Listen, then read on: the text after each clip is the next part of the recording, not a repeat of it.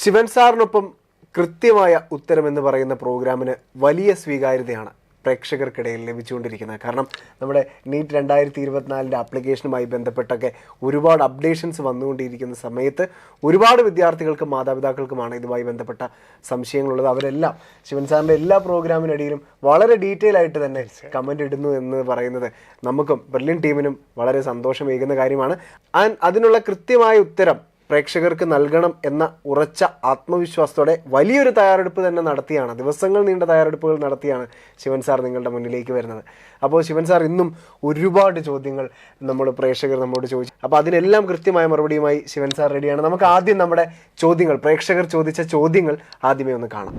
Aadhaar card, election card, pan card, which fund for NEET application, NEET 2024 correction time, Common K application details, NEET application address details, ICSE syllabus application details, NEET 2024 signature details, non-creamy layer certificate validity, NEET 2024 address details, NEET 2024 thumb impression details, NEET 2024 image editing, NEET 2024 login details, exam city, GCC countries correction time, 2023 pass out student details for applying for NEET 2024, OEC which category, ESI validity, address spelling mistake, certificates for NEET 2024, annual income correction, category correction, Indian passport renewed outside India, NEET application confirmation page, registration details, roll number details, NEET 2024 category details, application successful, correction window process, registration details for CBSE students, finger impression or thumb impression, photo details, gap certificate details, NEET 2025 Brilliant Pala admission details.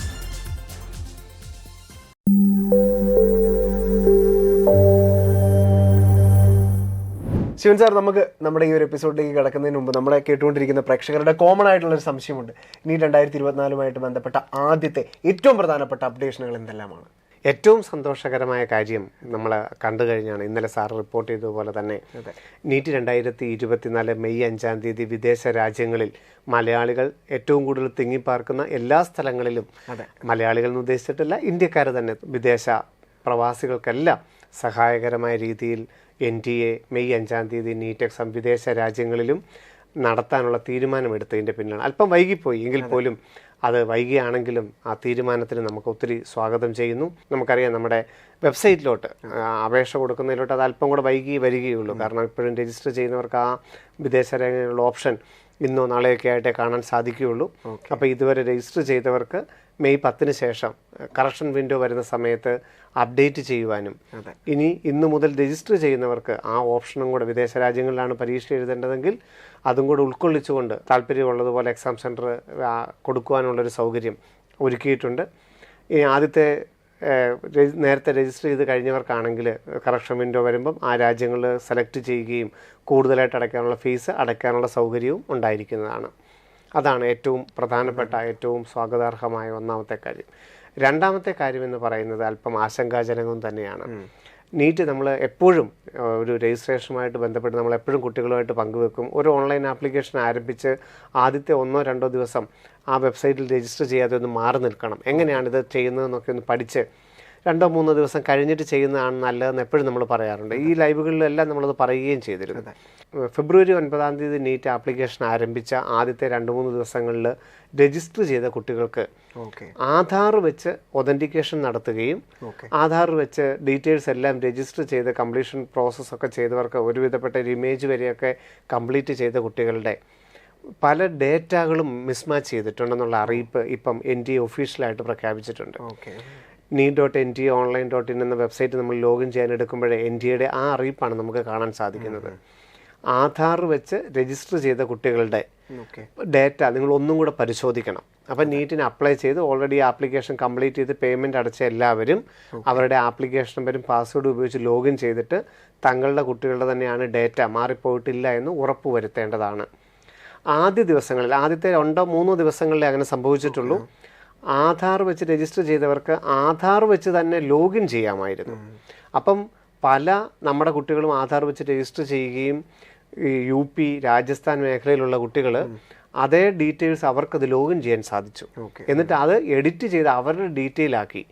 അപ്പം നമ്മൾ application number വെച്ച് password വെച്ച് login ചെയ്താലും ആധാർ വെച്ച് login ചെയ്താലും നമ്മളുടെ details entirely മറ്റൊരു കുട്ടിയുടേതാണ് കാണിക്കുന്നത് ആദ്യ ദിവസങ്ങളിൽ ആധാർ വെച്ച് ചെയ്തവരുടെ. അങ്ങനെയുള്ളവർ അവർ വീണ്ടും ലോഗിൻ ചെയ്തിട്ട് അതിൻ്റെ ഡീറ്റെയിൽസ് എല്ലാം എഡിറ്റ് ചെയ്ത് നമ്മളുടെ തന്നെ ആക്കുകയോ അവരുടെ ഹെൽപ്പ് ലൈൻ നമ്പറിൽ കോൺടാക്ട് ചെയ്യുകയോ ചെയ്യണം. എന്നാൽ ആദ്യത്തെ 2-3 ദിവസത്തിനുള്ളിൽ തന്നെ അവർ ആധാർ വെച്ചുള്ള ലോഗിൻ ഉപേക്ഷിച്ചു. ഇപ്പോൾ അതില്ല. ഇപ്പം ആർക്കും ആപ്ലിക്കേഷൻ നമ്പരും പാസ്വേഡ് വെച്ചിട്ട് മാത്രമേ ലോഗിൻ ചെയ്യാൻ സാധിക്കുള്ളൂ. അപ്പം പിന്നെ അത് സെക്യൂറാണ്, വേറെ ആർക്കും അതിനകത്തോട്ട് കടന്നു കയറാൻ കഴിയില്ല. അതുകൊണ്ട് ഇതുവരെ രജിസ്റ്റർ ചെയ്തവരെല്ലാവരും അവരുടെ ആപ്ലിക്കേഷൻ നമ്പരും പാസ്വേഡും ഉപയോഗിച്ച് ഒന്നും കൂടെ ലോഗിൻ ചെയ്തിട്ട് തങ്ങളുടെ തന്നെ ഡേറ്റയാണെന്ന് ഉറപ്പ് വരുത്തണം എന്നുള്ള NTA നോട്ടീസ് പബ്ലിഷ് ചെയ്തിട്ടുണ്ട്. രണ്ടാമത്തെ കാര്യം, ആധാറൊക്കെ കൊടുക്കുന്നത്, ആധാറും ഏത് യൂണിക് ID കൊടുത്താണോ അവർ രജിസ്ട്രേഷൻ വിൻഡോയിലോട്ട് കയറുന്നത് അത് അവനവൻ്റെ ആ കുട്ടിയുടെ തന്നെ ആധാർ ആയിരിക്കണം, അല്ലെ കുട്ടിയുടെ തന്നെ പാസ്പോർട്ട് ആയിരിക്കണം. കാൻഡിഡേറ്റിൻ്റെ ഡീറ്റെയിൽസ് വെച്ചിട്ട് ദയവായിട്ട് രജിസ്ട്രേഷൻ വിൻഡോയിലോട്ട് കയറാവുള്ളൂ. പേരൻസിൻ്റെയോ സിബ്ലിങ്സിൻ്റെയോ മറ്റൊരാളുടെ ഡേറ്റ വെച്ച് ലോഗിൻ ചെയ്യരുതെന്നുള്ള അറിയിപ്പും NTA പുതിയതായിട്ട് ഉൾപ്പെടുത്തിയിട്ടുണ്ട്. പിന്നെ മൂന്നാമതായിട്ട് നമ്മൾ സ്ഥിരം പറയുന്ന കാര്യങ്ങൾ, ഇപ്പോൾ ഓൾറെഡി രജിസ്റ്റർ ചെയ്ത എല്ലാ കുട്ടികൾക്കും എന്തെങ്കിലുമൊക്കെ തെറ്റുകൾ വന്നിട്ടുണ്ടെങ്കിൽ അപ്ലോഡ് ചെയ്യുന്ന ഇമേജുകളുടെ കാര്യത്തിൽ, മാർക്കിൻ്റെ കാര്യത്തിൽ, അഡ്രസ്സിൻ്റെ കാര്യത്തിൽ, ക്വാളിഫിക്കേഷൻ്റെ കാര്യത്തിൽ, എക്സാം സെൻറ്ററിൻ്റെ കാര്യത്തിൽ എന്തെങ്കിലും കറക്ഷൻ വരുത്തണമെങ്കിൽ മാർച്ച് 9 ശേഷം കറക്ഷൻ വിൻഡോ വരികയും അത് ആ സമയത്ത് എല്ലാ ഡീറ്റെയിൽസും ആവശ്യമെങ്കിൽ കറക്റ്റ് ചെയ്യാനുള്ളൊരു അവസരമുണ്ട്. അത് നമ്മുടെ ആപ്ലിക്കേഷൻ NTA നോക്കിയിട്ട് NTA പറയുന്ന കറക്ഷൻ ചെയ്യാനല്ല, നമ്മളായിട്ട് ഓൺലൈൻ ചെയ്തിൽ എന്താണോ തെറ്റ് വന്നിരിക്കുന്നത് അത് നമുക്ക് കറക്റ്റ് ചെയ്യാനായിട്ട് മാർച്ച് 9 ശേഷം ഒരാഴ്ച നമുക്ക് സമയം തരും. അപ്പോൾ എന്തെങ്കിലും ഒരു തെറ്റ് വന്നു എന്ന് വിചാരിച്ച് നിങ്ങൾ പേടിക്കേണ്ടതില്ല. നിങ്ങൾക്കെല്ലാവർക്കും മാർച്ച് 9 കയറിയിട്ട് വേണമെങ്കിൽ തിരുത്താം. തെറ്റുള്ളവർ മാത്രം കയറിയിട്ട് തിരുത്തുന്നതാണ് ഉചിതം.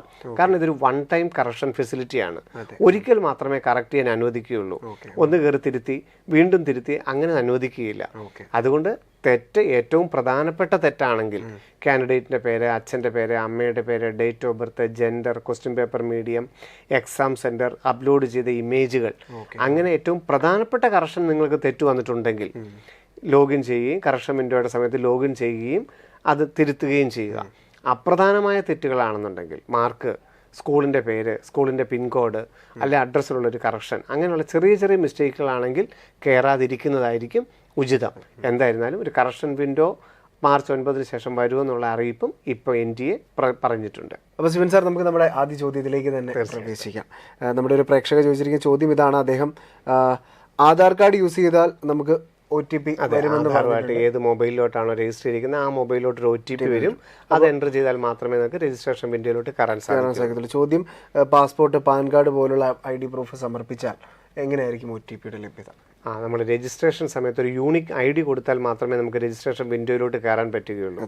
അപ്പം ആധാറാണ് കൊടുക്കുന്നതെങ്കിൽ ആധാറുമായിട്ട് ലിങ്ക് ചെയ്തിരിക്കുന്ന മൊബൈലിലോട്ടാണ് OTP വരുന്നത്. അപ്പോൾ ഏതെങ്കിലും ഒരു കാരണവശാൽ ആധാർ മൊബൈലിലോട്ട് ലിങ്ക് ചെയ്യാതിരിക്കുകയോ അല്ലെങ്കിൽ നിലവിലുള്ള ആ ഫോൺ നമ്പറോ ഇല്ലെങ്കിൽ നമുക്ക് പുതിയ നമ്പർ അക്ഷയ കേന്ദ്രത്തിൽ പോയിട്ട് ലിങ്ക് ചെയ്യാം. ഇപ്പോൾ ഒരു ആധാർ മൊബൈലിൽ ലിങ്ക് ചെയ്യാൻ വളരെ എളുപ്പമാണ്, പെട്ടെന്ന് കിട്ടും. ആധാറിൻ്റെ ഡേറ്റ അപ്ഡേറ്റ് ചെയ്യാൻ ഒത്തിരി സമയം എടുക്കും, പക്ഷേ ആധാറിലോട്ടൊരു മൊബൈൽ ലിങ്ക് ചെയ്യാനായിട്ട് വളരെ എളുപ്പത്തിൽ സാധിക്കും. അപ്പം ഇനി അങ്ങനെ ആർക്കെങ്കിലും OTP കിട്ടിയില്ല എങ്കിൽ ആധാർ പുതിയതായിട്ട് വേറൊരു മൊബൈലിൽ ലിങ്ക് ചെയ്തിട്ട് നമുക്ക് രജിസ്ട്രേഷൻ പ്രോസസ്സ് ചെയ്യാം. ഇദ്ദേഹം ചോദിച്ചിരിക്കുന്നത് ആധാറിൽ അങ്ങനെ ലിങ്ക് ചെയ്ത മൊബൈലിലോട്ട് OTP വരും, പക്ഷേ ഇദ്ദേഹം ചെയ്യാൻ ഉദ്ദേശിക്കുന്നത് പാസ്പോർട്ട് അല്ല പാൻ കാർഡാണ്. അങ്ങനെയാണെങ്കിൽ ഏത് മൊബൈലിലായിരിക്കും OTP വരിക, അല്ലെ എങ്ങനെയാണ് OTP വരുന്നതെന്നാണ് ചോദിച്ചിരിക്കുന്നത്. രജിസ്ട്രേഷൻ പ്രോസസ്സിനകത്ത് ആധാർ, ഡിജി ലോക്കർ ID, പാസ്പോർട്ട്, അതുപോലെ പാൻ കാർഡ് എന്നിവയാണ് ഉപയോഗിക്കാൻ പറഞ്ഞിരിക്കുന്നത്. ഇതിൽ ആധാർ കൊടുത്താൽ മാത്രമേ OTP വരുന്നുള്ളൂ. അതുപോലെ തന്നെ ആധാർ കൊടുത്ത് OTP കൊടുത്ത് അകത്തോട്ട് കയറുകയാണെങ്കിൽ കുട്ടിയുടെ പേര്, ഡേറ്റ് ഓഫ് ബർത്ത്, ജെൻഡർ എന്നിവ ഓട്ടോമാറ്റിക്കായിട്ട് അതിനകത്തോട്ട് വരികയും ചെയ്യും. ബാക്കി ഡീറ്റെയിൽസ് നമ്മൾ ഫില്ല് ചെയ്താൽ മതി.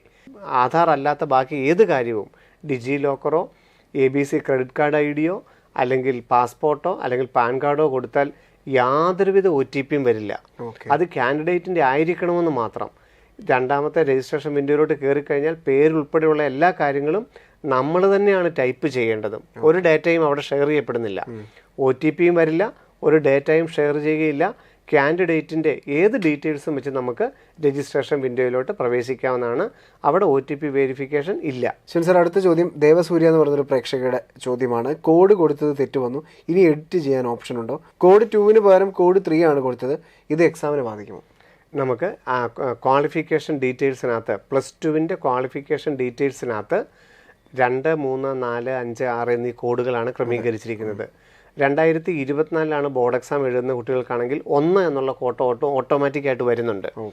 എന്നാൽ 2024 മുമ്പ് റിപ്പീറ്ററോ റിപ്പീറ്ററോ പഴയ +2 കഴിഞ്ഞ എല്ലാവർക്കും ഏത് കോഡാണ് കൊടുക്കേണ്ടതെന്നുള്ള കാര്യത്തിൽ സംശയമുണ്ട്. അതെന്ന് പറയുന്നത് ജസ്റ്റ് ജെനുവിനായിട്ട് നമ്മളൊരു ഐഡൻറ്റിഫിക്കേഷൻ മാത്രമാണ്. അതിന് യാതൊരു പ്രാധാന്യവുമില്ല നമ്മളുടെ പ്രവേശന പരീക്ഷയായിട്ടോ അഡ്മിഷനായിട്ടോ. നമുക്ക് +2വിന് ഏതാണ് നമുക്ക് നീറ്റ് എഴുതാനുള്ള അടിസ്ഥാന യോഗ്യത എന്നാണ് അവിടെ ഉദ്ദേശിച്ചിരിക്കുന്നത്. +2വിന് ഫിസിക്സ്, കെമിസ്ട്രി, ബയോളജി, ഇംഗ്ലീഷ് 2 വർഷം റെഗുലർ ബാച്ചായിട്ട് ഏതെങ്കിലും സ്റ്റേറ്റ് യൂണിവേഴ്സിറ്റിയിലോ CBSE ICC പോലുള്ള ബോർഡുകളിലോ ആണ് പഠിച്ചതെങ്കിൽ 2 കൊടുക്കേണ്ടത്. അവിടെ റിപ്പീറ്റർ ആണെങ്കിലും റിപ്പീറ്റർ ആണെങ്കിലും ഡിഗ്രി കഴിഞ്ഞവരാണെങ്കിലും വെറ്റിനറി കഴിഞ്ഞവരാണെങ്കിലും ആരാണെങ്കിലും ബേസിക് ക്വാളിഫിക്കേഷൻ +2 ആയതുകൊണ്ട് 2 കൊടുക്കേണ്ടത്. എന്ന് പറഞ്ഞ് NTA 3 കൊടുത്തവരെയോ 4 കൊടുത്തവരെയോ 5 കൊടുത്തവരെയോ 6 കൊടുത്തവരെയോ ഒന്നും അവരുടെ പ്രൂഫ് കാണിക്കാൻ പറയുകയോ യാതൊന്നുമില്ല. ഏത് ഡീറ്റെയിൽസ് കൊടുത്തു കഴിഞ്ഞാലും നമുക്ക് പരീക്ഷ എഴുതാനും അഡ്മിഷൻ എടുക്കാനും സാധിക്കും. നമ്മൾ ഓഗസ്റ്റിൽ കോളേജിൽ ചെല്ലുമ്പം 50% മാർക്കോട് കൂടിയ ഫിസിക്സ്, കെമിസ്ട്രി, ബയോളജി, ഇംഗ്ലീഷിൻ്റെ മാർക്ക് ലിസ്റ്റ് കാണിച്ചാൽ മാത്രം മതിയാകും. അപ്പോൾ ഇവിടെ എന്ത് കോഡ് കൊടുത്തു എന്നുള്ളതിന് യാതൊരു പ്രസക്തിയുമില്ല. അത് വേണമെങ്കിൽ മാർച്ച് 10 തിരുത്താം. പക്ഷേ അങ്ങനെയുള്ള ചെറിയ തെറ്റുകൾക്ക് വേണ്ടിയിട്ട് ഈ വൺ ടൈം കറക്ഷൻ ഫെസിലിറ്റി ഉപയോഗിക്കാതിരിക്കുന്നതാണ് നല്ലത്. താങ്കൾക്ക് യാതൊരു കുഴപ്പവും വരികയില്ല. സർ, അടുത്തൊരു ചോദ്യം വന്നിരിക്കുന്ന ഒരു പ്രേക്ഷകരുടെ ചോദ്യം, കോമഡ് കെ ആപ്ലിക്കേഷൻ തുടങ്ങിയാലോ ഇത് MBBS വിദ്യാർത്ഥികൾക്ക് വേണ്ടതാണോ എന്നുള്ളതാണ്. കോമഡ് കെ അതായത് കർണാടകത്തിലെ സ്വകാര്യ മെഡിക്കൽ കോളേജുകളുടെ ഒരു കൺസോർഷ്യത്തിനെയാണ് കോമഡ് കെ എന്ന് പറയുന്നത്. കർണാടകത്തിൽ നമുക്ക് 2 തരത്തിലുള്ള സീറ്റുകളെ നമുക്ക് നോക്കിക്കാണാം. ഒന്ന് ഗവൺമെൻറ് മേഖലയിൽ നമുക്ക് ലഭിക്കുന്ന ഓൾ ഇന്ത്യ കോട്ട സീറ്റ്, മറ്റൊന്ന് സ്വകാര്യ മേഖലയിൽ 10 ലക്ഷം 15 ലക്ഷം കൊടുത്ത് മേഴുന്ന മാനേജ്മെൻറ്റ് സീറ്റുകൾ. കർണാടകത്തിലെ ഗവൺമെൻറ് കോളേജുകൾ നമുക്ക് എങ്ങനെ കിട്ടും? ഓൾ ഇന്ത്യ കോട്ട വഴിയാണ് കിട്ടുന്നത്. അതിന് നീറ്റ് എക്സാമിന് ശേഷം നമ്മൾ കർണാടകത്തിലോ കോമഡ് കെയിലോ എങ്ങും രജിസ്റ്റർ ചെയ്യേണ്ട. ഓൾ ഇന്ത്യ കോട്ട വഴി ഓപ്ഷൻ കൊടുത്താൽ മാത്രം മതി, MCCയുടെ സൈറ്റ് വഴി. കർണാടകത്തിലെ മാനേജ്മെൻറ്റ് സീറ്റ് സെൻറ്റ് ജോൺസിലോ ഫാദർ മുള്ളറിലോ രാമയ്യ പോലുള്ള 10 ലക്ഷം 11 ലക്ഷം വാർഷിക ഫീസ് വരുന്ന മാനേജ്മെൻറ്റ് സീറ്റാണ് അപ്ലൈ ചെയ്യേണ്ടതെങ്കിൽ KEA കർണാടക എൻട്രൻസ് അതോറിറ്റി വഴി CET 2024 നമ്മൾ അപേക്ഷിക്കേണ്ടത്. നമ്മൾ കോമഡ് കെയിൽ അപേക്ഷിക്കേണ്ടതായിട്ടില്ല. 2015 വരെയാണ് കർണാടകത്തിലെ സ്വകാര്യ മെഡിക്കൽ കോളേജുകളുടെ പ്രവേശനം കോമഡ് കെ വഴി നടത്തിയിരുന്നത്. എന്നാൽ ഇപ്പോൾ കർണാടകത്തിലെ മെഡിക്കൽ പ്രവേശനം കോമഡ് കെ വഴി അല്ല, CET 2024 വഴിയാണ്. പ്രത്യേകിച്ച് പരീക്ഷകളൊന്നുമില്ല, നമ്മൾ അപ്ലൈ ചെയ്താൽ മാത്രം മതി. അതിൻ്റെ ആപ്ലിക്കേഷൻ 23 ഇന്ന് വൈകുന്നേരം വരെയാണ് ഓൺലൈനായിട്ട് അപ്ലൈ ചെയ്യാനുള്ള അവസരം ഉണ്ടാവുക. എന്നാൽ കർണാടകത്തിലെ എഞ്ചിനീയറിങ്ങിന് കർണാടകത്തിലെ സ്വകാര്യ മേഖലയിലുള്ള എഞ്ചിനീയറിംഗ് കോളേജുകളിൽ നമുക്ക് പ്രവേശനം വേണമെന്നുണ്ടെങ്കിൽ കോമഡ് കെയിലാണ് ഇപ്പോഴും കുട്ടികൾ അപ്ലൈ ചെയ്യേണ്ടത്. മെഡിക്കൽ പ്രവേശനവും കോമഡ് കെയുമായിട്ട് യാതൊരു ബന്ധവും ഇല്ല. സർ, അതുപോലെ ശ്രീനി രതീഷ് എന്ന് പറയുന്ന ഒരു പ്രേക്ഷകരുടെ ചോദ്യമാണ്. അദ്ദേഹം കൊടുത്ത അഡ്രസ്സിൽ ചെറിയൊരു സ്പെല്ലിംഗ് മിസ്റ്റേക്ക് ഉണ്ട്. കമ്പയർ ചെയ്യുമ്പോൾ 10ലെ അഡ്രസ്സുമായിട്ട് കമ്പയർ ചെയ്യുമ്പോൾ അതിൽ എന്തെങ്കിലും പ്രശ്നമോ? നമുക്ക് പല കുട്ടികളും ചോദിക്കുന്നതാണ് ആധാറിലെ അഡ്രസ്സ്, 10ാം ക്ലാസ്സിൻ്റെ മാർക്ക് ലിസ്റ്റിൻ്റെ അഡ്രസ്സ് അല്ലെ നോൺ ക്രിമിലിയറിൻ്റെ അഡ്രസ്സിനൊക്കെ എന്തെങ്കിലും പ്രാധാന്യമുണ്ടോ എന്നുള്ളത് ചോദിക്കുന്നുണ്ട്. യാതൊരു തരത്തിലും അഡ്രസ്സ് ഒരു വേരിഫിക്കേഷൻ അല്ല, ഒരു അഡ്രസ് പ്രൂഫിൻ്റെ ആവശ്യം നമുക്കില്ല. മെയ് 5 എന്താണ് വെരിഫൈ ചെയ്യുന്നത്? മെയ് 5 ഫോട്ടോ വാലിഡ് ID ആണ്. അതായത് അഡ്മിറ്റ് കാർഡ് കൊണ്ടുപോകുന്നു, അതിൻ്റെ കൂട്ടത്തിൽ വാലിഡ് ആയിട്ടുള്ളൊരു ID പ്രൂഫ് വേണം. അത് ഫോട്ടോയും കുട്ടിയുടെ പേരുമായിട്ട് ഒത്തു നോക്കാനുള്ളതാണ്. അഡ്രസ് വെരിഫിക്കേഷൻ ഇല്ല. ഇനി നമ്മൾ ഓഗസ്റ്റിൽ നമുക്ക് കോളേജിൽ അഡ്മിഷനായിട്ട് ചെല്ലുമ്പോൾ 12ാം ക്ലാസ്സിൻ്റെ മാർക്ക് ലിസ്റ്റ്, 10ാം ക്ലാസ്സിൻ്റെ മാർക്ക് ലിസ്റ്റ്, ബാക്കി നമ്മളുടെ ഡീറ്റെയിൽസ് ആണ് നോക്കുന്നത്. അഡ്രസ് വെരിഫിക്കേഷൻ എങ്ങും വരുന്നില്ല. അഡ്രസ്സിന് യാതൊരു പ്രാധാന്യമില്ല, അത് ഓൺലി ഫോർ കമ്മ്യൂണിക്കേഷൻ ആണ്. അതുകൊണ്ട് അഡ്രസ്സിലുള്ള സ്പെല്ലിംഗ് മിസ്റ്റേക്ക് കറക്റ്റ് ചെയ്യാൻ വേണ്ടിയിട്ട് കറക്ഷൻ വിൻഡോ ഉപയോഗിക്കേണ്ട ആവശ്യമോ ആധാറിലെ പോലെ അഡ്രസ്സ് കൊടുക്കണം, 10ാം ക്ലാസ്സിൻ്റെ പോലെ അഡ്രസ്സ് കൊടുക്കണം എന്നൊരു നിയമമൊന്നും ഇപ്പോൾ പ്രാബല്യത്തിലില്ല. സർ, ഒരു ശ്രീറാം എന്ന് പറയുന്നൊരു പ്രേക്ഷകന്റെ ചോദ്യമാണ്. ICCയിലെ മാർക്ക് സബ്മിറ്റ് ചെയ്യുമ്പോൾ 10ാം ക്ലാസ്സിൻ്റെ മാർക്ക് ലിസ്റ്റ് സബ്മിറ്റ് ചെയ്യുമ്പോൾ ബെസ്റ്റ് ഓഫ് 5 ആണോ കൊടുക്കേണ്ടത്, ബെസ്റ്റ് ഓഫ് 6 ആണോ കൊടുക്കേണ്ടത്? ഇപ്പം നമുക്കറിയാം ISC 10ാം ക്ലാസ് പഠിക്കുന്ന ICC 10ാം ക്ലാസ് പഠിക്കുന്ന കുട്ടികൾക്ക് 10 സബ്ജക്റ്റുകളുണ്ട്. അപ്പോൾ അവർക്ക് അതിനകത്ത് 5 സബ്ജക്റ്റ് കൊടുക്കണോ, 6 സബ്ജക്റ്റ് കൊടുക്കണോ, അതോ 10 സബ്ജക്റ്റ് കൊടുക്കണോ എന്നൊക്കെ നമുക്ക് ന്യായമായിട്ടും ടോട്ടൽ മാർക്ക് കൊടുക്കുമ്പോൾ ഒരു സംശയം തോന്നും. അതിന് യാതൊരു പ്രാധാന്യമുള്ളൊരു ചോദ്യമല്ല, ഒരു ഡാറ്റാബേസ് കളക്ഷൻ മാത്രമാണത്. നിങ്ങൾക്ക് ബെസ്റ്റ് 5 എടുക്കാം, അല്ലെങ്കിൽ ബെസ്റ്റ് 6 എടുക്കാം, അല്ലെങ്കിൽ 1000-ൽ തന്നെയുള്ള മാർക്ക് അവിടെ എൻറ്റർ ചെയ്യാം. നമ്മുടെ മാർക്ക് ലിസ്റ്റിലുള്ള പോലെ ഒരു മാർക്ക് അവിടെ ഉണ്ടാകണമെന്ന് മാത്രമേ ഉള്ളൂ. +2 അതുപോലെ തന്നെ ISC സിലബസ് പഠിക്കുന്ന കുട്ടികൾ അവരുടെ മാർക്ക് ലിസ്റ്റിലുള്ള പോലെ അതേപോലെ മാർക്ക് കൊടുക്കുക. അവിടെ ബെസ്റ്റ് 5 എടുക്കണം എന്നുള്ള നിബന്ധനയൊന്നുമില്ല. നമുക്ക് 50% മാർക്ക് ഉണ്ടാകണം ആഗസ്റ്റ് മാസത്തിൽ നമ്മുടെ കോളേജിൽ അഡ്മിഷനായിട്ട് ചെല്ലുമ്പോൾ എന്ന് മാത്രം ഓർത്താൽ മതി. താങ്കൾ ബെസ്റ്റ് 5 എടുത്തോളൂ, യാതൊരു കുഴപ്പവുമില്ല. സർ, അടുത്തൊരു പ്രേക്ഷകരുടെ ചോദ്യം സീമ അനിൽകുമാർ എന്നാണ്. അദ്ദേഹം പേരൻ്റാണ്. അദ്ദേഹത്തിൻ്റെ ചോദ്യം, മകൾ നീറ്റിന് അപ്ലൈ ചെയ്തപ്പോൾ സൈൻ ചെയ്ത് സിഗ്നേച്ചർ ഇട്ടത് തിരിഞ്ഞുപോയി, അപ്പോൾ അതിലെന്തെങ്കിലും കുഴപ്പമുണ്ടോ എന്നുള്ളതാണ്. പലരുടെയും കാര്യമുണ്ട്. നമ്മൾ ഈ സിഗ്നേച്ചർ അപ്ലോഡ് ചെയ്തപ്പം ഒന്നെങ്കിൽ വെർട്ടിക്കലായി അല്ലെങ്കിൽ നേരെ റിവേഴ്സ് ഇമേജായി, നേരെ 180 ഡിഗ്രി തിരിഞ്ഞുപോയി. അപ്പോൾ ഇതിലിപ്പോൾ നമുക്ക് പരീക്ഷാ ഹാളിൽ ചെല്ലുമ്പോൾ നമുക്ക് എന്ത് ചെയ്യാൻ പറ്റും എന്നുള്ളൊരു ചോദ്യമുണ്ട്. ആദ്യത്തെ കാര്യം നമുക്കറിയാം, മാർച്ച് 10 മുതൽ നമുക്ക് എല്ലാ ഡീറ്റെയിൽസും എഡിറ്റ് ചെയ്യാം. അപ്പം നേരെയുള്ള സൈൻ നമുക്ക് അപ്ലോഡ് ചെയ്യാനായിട്ട് സാധിക്കുന്നതാണ്. ഇനി നമുക്ക് ആ സമയത്ത് സൈൻ അപ്ലോഡ് ചെയ്യാൻ മറന്നു പോയെങ്കിൽ പോലും സിഗ്നേച്ചർ ഏതുപോലെ ഇരിക്കണം, അതിൻ്റെ രൂപമല്ലേ പ്രശ്നമുള്ളൂ. അത് ഏത് രീതിയിൽ ഇരിക്കുന്നു എന്നുള്ളതിന് പ്രസക്തിയില്ലല്ലോ. താങ്കളുടെ നേരെ തന്നെ സൈൻ ചെയ്താൽ മതിയാകും, യാതൊരു പ്രോബ്ലവുമില്ല. വെരിഫിക്കേഷൻ സമയത്ത് താങ്കളുടെ സിഗ്നേച്ചർ ആ സൂപ്പർവൈസർ അത് ഐഡൻറ്റിഫൈ ചെയ്തുകൊള്ളും. നമ്മൾ നേരെ തലതിരിച്ച് സൈൻ ചെയ്ത് അവരെ കാണിക്കണമെന്ന് നിബന്ധനയൊന്നുമില്ല. അത് കോമൺ ആയിട്ട് നമുക്ക് എല്ലാവർക്കും അറിയാവുന്ന കാര്യങ്ങൾ തന്നെയാണ്. പിന്നെ എല്ലാ ഇമേജുകളും അപ്ലോഡ് ചെയ്തത് മാറ്റാനായിട്ട് മാർച്ച് 10 കറക്ഷൻ വിൻഡോയിൽ സമയമുണ്ട് താനും. സർ, ഇതൊരു പ്രേക്ഷകന്റെ ചോദ്യം. അദ്ദേഹം നവംബറിൽ നമ്മുടെ ഒരു NCL സർട്ടിഫിക്കറ്റ് എടുത്തു. അപ്പോൾ അതിൽ വാലിഡിറ്റി ഉണ്ടോ, അല്ലെങ്കിൽ എത്ര നാൾ validity? NCL certificate, non criminal സർട്ടിഫിക്കറ്റിന് അത് എടുത്ത ദിവസം മുതൽ, ഡേറ്റ് ഓഫ് ടേക്കിംഗ് എടുത്ത ദിവസം മുതൽ 1 വർഷമാണ് വാലിഡിറ്റി. സാമ്പത്തിക വർഷം 1 വർഷത്തെ അല്ല, സർട്ടിഫിക്കറ്റ് എടുത്ത ദിവസം തൊട്ട് 1 വർഷത്തെയാണ് വാലിഡിറ്റി. ഇദ്ദേഹം നവംബറിൽ എടുത്ത സർട്ടിഫിക്കറ്റ് ആണ്, അത് അടുത്ത നവംബർ വരെ വാലിഡ് ആണ്. തീർച്ചയായിട്ടും ആ സർട്ടിഫിക്കറ്റ് തന്നെ അഡ്മിഷൻ ഉപയോഗിക്കാം. പുതിയ സർട്ടിഫിക്കറ്റ് എടുക്കേണ്ട സാഹചര്യമില്ല. സർ, ഒരു ചോദ്യം ഇതാണ്. സർ, സ്റ്റുഡൻറ്റ് ട്രിവാൻഡ്രം ഡിസ്ട്രിക്റ്റിലാണ്. ഇപ്പോൾ നീറ്റിന് അപ്ലൈ ചെയ്യുന്ന ഡിസ്ട്രിക്റ്റ് കോഴിക്കോടാണ്. അപ്പോൾ പ്രസൻറ്റ് അഡ്രസ്സ് ഏതാണ് വെക്കുക? നമുക്ക് പലരും ചോദിക്കുന്നൊരു ചോദ്യമാണ്. പരീക്ഷ എഴുതാൻ വേണ്ടിയിട്ട് ആ പരീക്ഷ എഴുതുന്ന ജില്ലയിൽ ഒരു അഡ്രസ്സ് ഉണ്ടാവണമെന്ന് ചോദിക്കുന്നുണ്ട്. വേണ്ട, നിങ്ങൾക്ക് തിരുവനന്തപുരത്തെ അഡ്രസ്സ് വെച്ച് തന്നെ എക്സാം സിറ്റി ഒന്നാമതായിട്ട് കോഴിക്കോട് കൊടുക്കുകയാണെങ്കിൽ കോഴിക്കോട് എക്സാം എഴുതാൻ അനുവദിക്കും. എക്സാം എഴുതുന്ന ജില്ലയിൽ ഒരു അഡ്രസ്സ് വേണമെന്ന് ഒരിക്കലും പറയില്ല. ആ സംസ്ഥാനത്ത്, ആ സ്റ്റേറ്റിൽ ഒരു അഡ്രസ്സ് ഉണ്ടായാൽ മതി.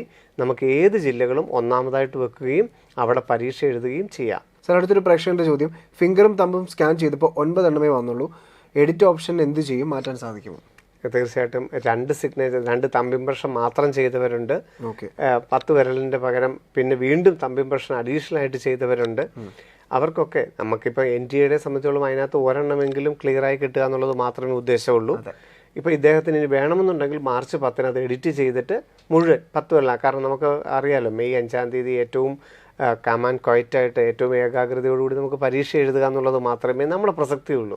അതുകൊണ്ട് ഇദ്ദേഹം മാർച്ച് 10 കറക്ഷൻ വിൻഡോ വരുന്ന സമയത്ത് ഫുൾ ഉള്ളൊരു ഇമേജ് അപ്ലോഡ് ചെയ്യുന്നതാണ് ഉചിതം. അത് മാറ്റാനായിട്ട് സാധിക്കും. സർ, അടുത്തൊരു ചോദ്യം. സർ, കറക്ഷൻ വിൻഡോ വന്നാൽ ഇമേജസ് അപ്ലോഡ് ചെയ്ത് എഡിറ്റ് ചെയ്യാൻ കഴിയുമോ, അതോ NTA അതിൽ കറക്ഷൻ ഉണ്ടെന്ന് ഡിസ്ക്രൈബ് ചെയ്താൽ മാത്രമേ എഡിറ്റ് ചെയ്യാൻ സാധിക്കുകയുള്ളൂ? തമ്പ് ഇംപ്രഷൻ വെർട്ടിക്കലി ആയത് മാറ്റേണ്ട ആവശ്യമുണ്ടോ? തമ്പ് ഇംപ്രഷൻ വെർട്ടിക്കലായിട്ട് മാറ്റേണ്ട ആവശ്യമില്ല. നമുക്ക് 10 വിരലിൻ്റെയും ഇംപ്രഷൻ അവർക്ക് കിട്ടുക എന്ന് മാത്രമേ ഉദ്ദേശിക്കുന്നുള്ളൂ. അതങ്ങനെ തന്നെ നിൽക്കട്ടെ. മാർച്ച് 10 അപ്ലോഡ് ചെയ്ത എല്ലാ ഇമേജസും എഡിറ്റ് ചെയ്യാനായിട്ട് സാധിക്കും. എന്തെങ്കിലും മാറ്റമുണ്ടെങ്കിൽ നിങ്ങൾക്ക് കയറിയിട്ട് മാറ്റാം. പക്ഷേ എപ്പോഴും ഓർക്കുക, കറക്ഷൻ വിൻഡോ ഒരു 1 ടൈം ഫെസിലിറ്റിയാണ്. ഒരിക്കലും നമുക്ക് ഇനി ഒരു തെറ്റും കൂടെ വന്നു കഴിഞ്ഞാൽ കറക്റ്റ് ചെയ്യാൻ അവസരം ഇല്ല. അതുകൊണ്ട് ഏറ്റവും പ്രധാനപ്പെട്ട കറക്ഷൻ ഉള്ളവർ മാത്രമേ ദയവായിട്ട് കറക്ഷൻ വിൻഡോ ഉപയോഗിക്കാവുള്ളൂ. എല്ലാവരും ലോഗിൻ ചെയ്ത് നോക്കരുത്. കറക്ഷൻ ഉള്ളവർ മാത്രം കയറിയിട്ട് അതിന് വേണ്ട കാര്യങ്ങൾ ചെയ്യുക എന്നുള്ളത് മാത്രം. പിന്നെ ഇദ്ദേഹം ചോദിച്ച വളരെ പ്രസക്തമായൊരു ചോദ്യമാണ്, കറക്ഷൻ വിൻഡോ ആരാണ് ഉപയോഗിക്കേണ്ടത്? അതായത് NTA പറയുകയാണ് ഇന്ന ഇമേജസ് തെറ്റാണ്, അത് മാറ്റാൻ പറയുന്നവരാണോ കറക്ഷൻ വിൻഡോ ഉപയോഗിക്കേണ്ടത്, അതോ നമുക്കായിട്ട് മാറ്റാൻ പറ്റുമെന്നുള്ളതാണ്. മാർച്ച് 10 മുതൽ ആദ്യം വരുന്ന ഒരാഴ്ച നമുക്ക് പറ്റുന്ന തെറ്റുകൾ നമുക്ക് തന്നെ തിരുത്താനായിട്ടുള്ളതാണ്. മാർച്ച് 15 ശേഷം നമ്മൾ അപ്ലൈ ചെയ്ത എല്ലാവരുടെയും ഇമേജസ് മാത്രം NTA പരിശോധിക്കുകയും അതിൽ ഫോട്ടോയിലും സിഗ്നേച്ചറിലും എന്തെങ്കിലും ഡിസ്ക്രിപ്ഷൻസ് ഉണ്ടെങ്കിൽ അവർ നമ്മളെ മെസ്സേജിലൂടെ അറിയിക്കുകയും ഏപ്രിൽ ആദ്യം അത് മാറ്റാനായിട്ട് നമുക്ക് സമയം അനുവദിക്കുകയും ചെയ്യും. അപ്പോൾ NTA വെരിഫൈ ചെയ്യുന്നത് മാർച്ച് 15 ശേഷമേ ഉള്ളൂ. ആ സമയത്ത് എന്തെങ്കിലും അപ്ലോഡ് ചെയ്ത് ക്ലാരിറ്റി ഇല്ല, അല്ല സൈൻ ചെയ്തതിന് ക്ലാരിറ്റി ഇല്ല എന്നുണ്ടെങ്കിൽ നമ്മളെ അറിയിക്കുകയും അത് മാറ്റാനായിട്ട് ആവശ്യപ്പെടുകയും ചെയ്യും. മാർച്ച് 10 മുതൽ തുടങ്ങുന്ന കറക്ഷൻ വിൻഡോ എന്ന് പറയുന്നത് നമുക്ക് എന്തെങ്കിലും തെറ്റ് വന്നിട്ടുണ്ടെങ്കിൽ തിരുത്താനുള്ള സമയമാണ്. സർ, അതുപോലെ തന്നെ ജയശ്രീരാജ് എന്ന് പറയുന്ന ഒരു പ്രേക്ഷക ചോദിച്ചിരിക്കുന്നൊരു ചോദ്യമാണ്, രജിസ്റ്റർ ചെയ്തു പക്ഷേ ലോഗിൻ ചെയ്യാൻ പറ്റുന്നില്ല. Not such application or password found എന്നാണ് പറയുന്നത്. കുറേയധികം കുട്ടികൾക്ക് അങ്ങനെ പറ്റിയിട്ടുണ്ട്. ആദ്യം നമ്മൾ ആധാർ നമ്പറോ പാസ്വേഡോ കൊടുത്ത് നമ്മൾ ലോഗിൻ വിൻഡോയിൽ കയറി നമ്മളുടെ ഡീറ്റെയിൽസ് എല്ലാം എൻ്റർ ചെയ്തു, ഇമെയിൽ OTP വന്നു, സബ്മിറ്റ് ചെയ്തു, ഇമെയിലിൽ ആപ്ലിക്കേഷൻ നമ്പറും വന്നു.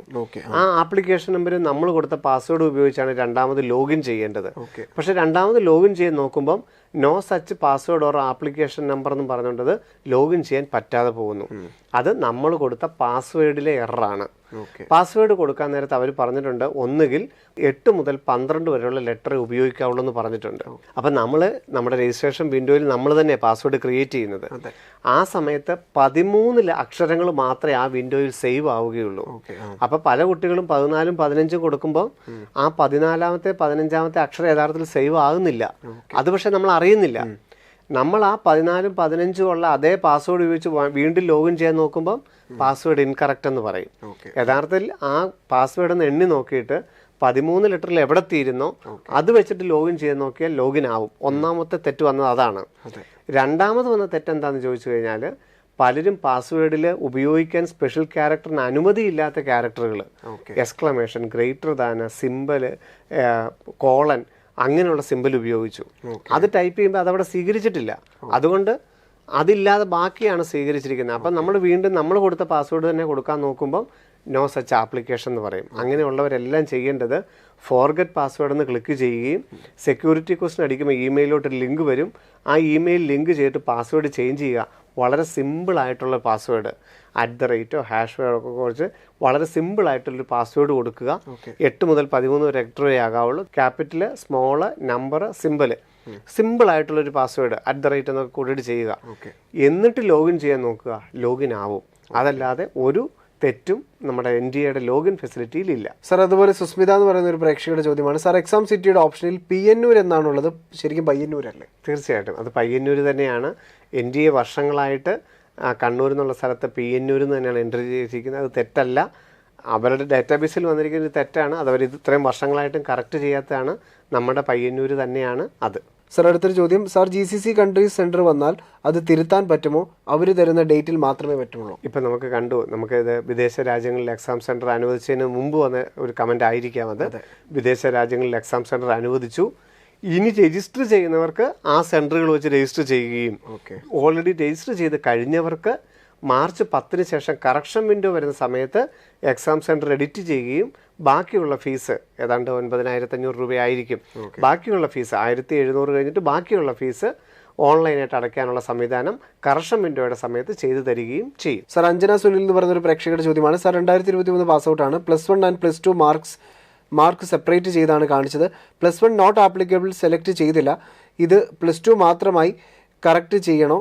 Please reply. അതായത് നമുക്ക് 10ന്റെയും +1ന്റെയും +2ന്റെയും മാർക്ക് സെപ്പറേറ്റ് ചോദിച്ചിട്ടുണ്ട്. അപ്പോൾ CBC ISC വിഭാഗമാണെങ്കിൽ അവർക്ക് +1 ഇല്ലാത്തതുകൊണ്ട് അവർ നോട്ട് ആപ്ലിക്കബിൾ എന്നാണ് കൊടുക്കേണ്ടത്. കേരള സിലബസ് പഠിച്ച കുട്ടികൾക്കാണെങ്കിൽ +1 മാർക്കുണ്ട്, +1 കൊടുക്കുക. +2ന്റെ സ്ഥാനത്ത് +2ന്റെ മാർക്ക് കൊടുക്കുക. അവസാനം സബ്ജക്റ്റിന്റെ സ്ഥാനത്ത് ചോദിക്കുമ്പോൾ ഒരുമിച്ച് കിട്ടിയ മാർക്കും കൊടുക്കുകയാണ് രീതി. ഇനി ഇതിൽ ഏതെങ്കിലും ഒന്ന് തെറ്റ് വന്നു എന്ന് വിചാരിക്കുക. ഇപ്പോഴാണോ ഇത് വെരിഫൈ ചെയ്യുന്നത്? അല്ല. ആഗസ്റ്റിൽ നമ്മളൊരു മെഡിക്കൽ കോളേജിൽ ചെല്ലുമ്പോൾ നമ്മുടെ ഒറിജിനൽ മാർക്ക് ലിസ്റ്റാണ് അവർ വെരിഫൈ ചെയ്യുന്നത്. അതിനകത്ത് 50% മാർക്ക് ഉണ്ടായാൽ മതിയാകും.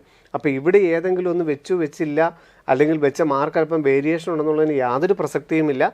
അതിനായിട്ട് കറക്ഷൻ വിൻഡോ ഉപയോഗിക്കേണ്ട കാര്യമില്ല. സർ, അടുത്തൊരു ചോദ്യം. OEC ഏത് കാറ്റഗറിയാണ് ചൂസ് ചെയ്യുക? നീറ്റ് സംബന്ധിച്ച് ഓൾ ഇന്ത്യ അലോട്ട്മെൻറ്റ് സംബന്ധിച്ച് OEC എന്നൊരു റിസർവേഷൻ ഇല്ല.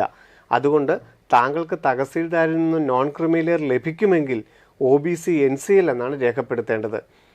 എന്നാൽ കേരള മെഡിക്കൽ അപ്ലൈ ചെയ്യുമ്പോൾ താങ്കൾ വില്ലേജ് ഓഫീസിൽ നിന്നുള്ള നോൺ ക്രിമിലെയർ സർട്ടിഫിക്കറ്റും 6 ലക്ഷത്തിൽ താഴെയുള്ള ഇൻകം സർട്ടിഫിക്കറ്റും കേരള മെഡിക്കലിന് ce.kerala.gov.in എന്ന വെബ്സൈറ്റിൽ അപ്ലോഡ് ചെയ്താൽ OEC സംവരണം ലഭിക്കുകയും ഏത് കോളേജാണെങ്കിലും ഗവൺമെൻറ് മേഖലയാണെങ്കിലും സ്വകാര്യ മേഖലയാണെങ്കിലും ട്യൂഷൻ ഫീസ് ഇല്ലാതെ പഠിക്കുകയും ചെയ്യാം.